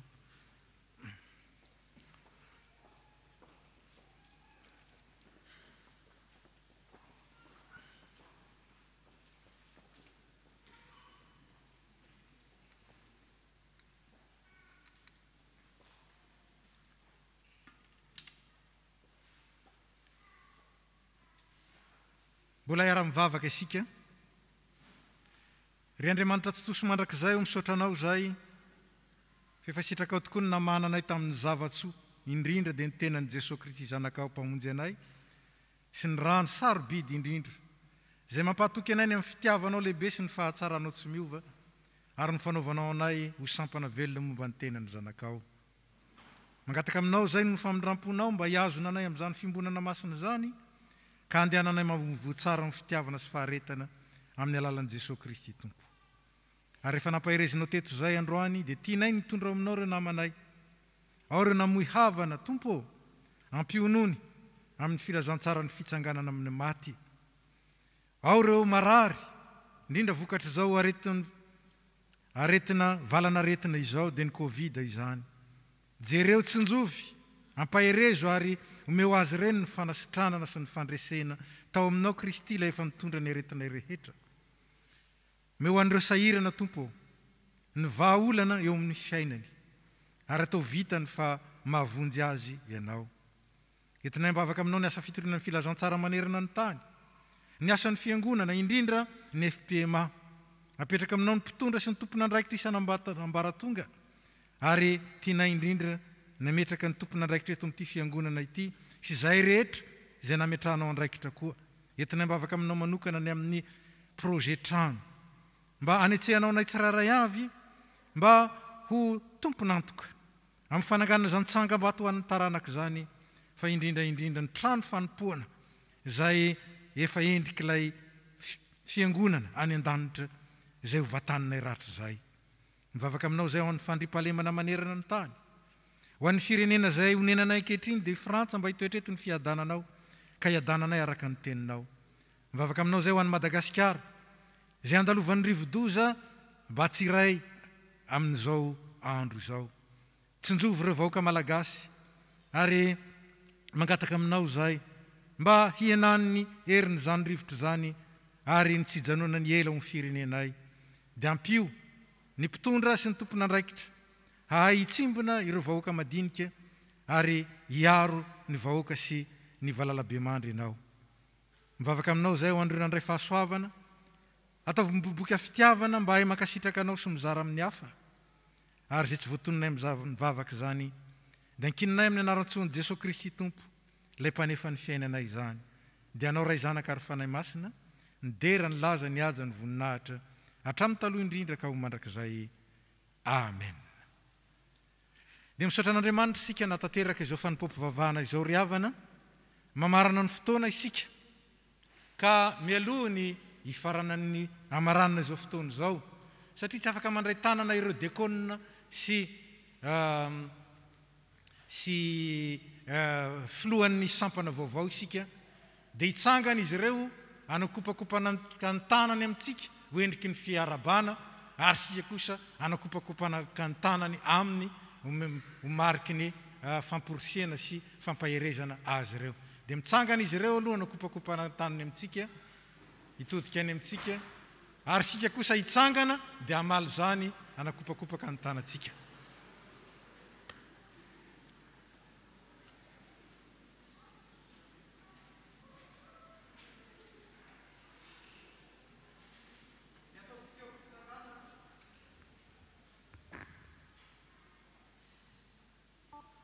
Ataontsika eo mpitsanganana mihira fa 780 ny voalohany. 780 ny voalohany dia mangataka ny ray aman-dreny filoha sinodaly ametraka ny tsodrano amintsika.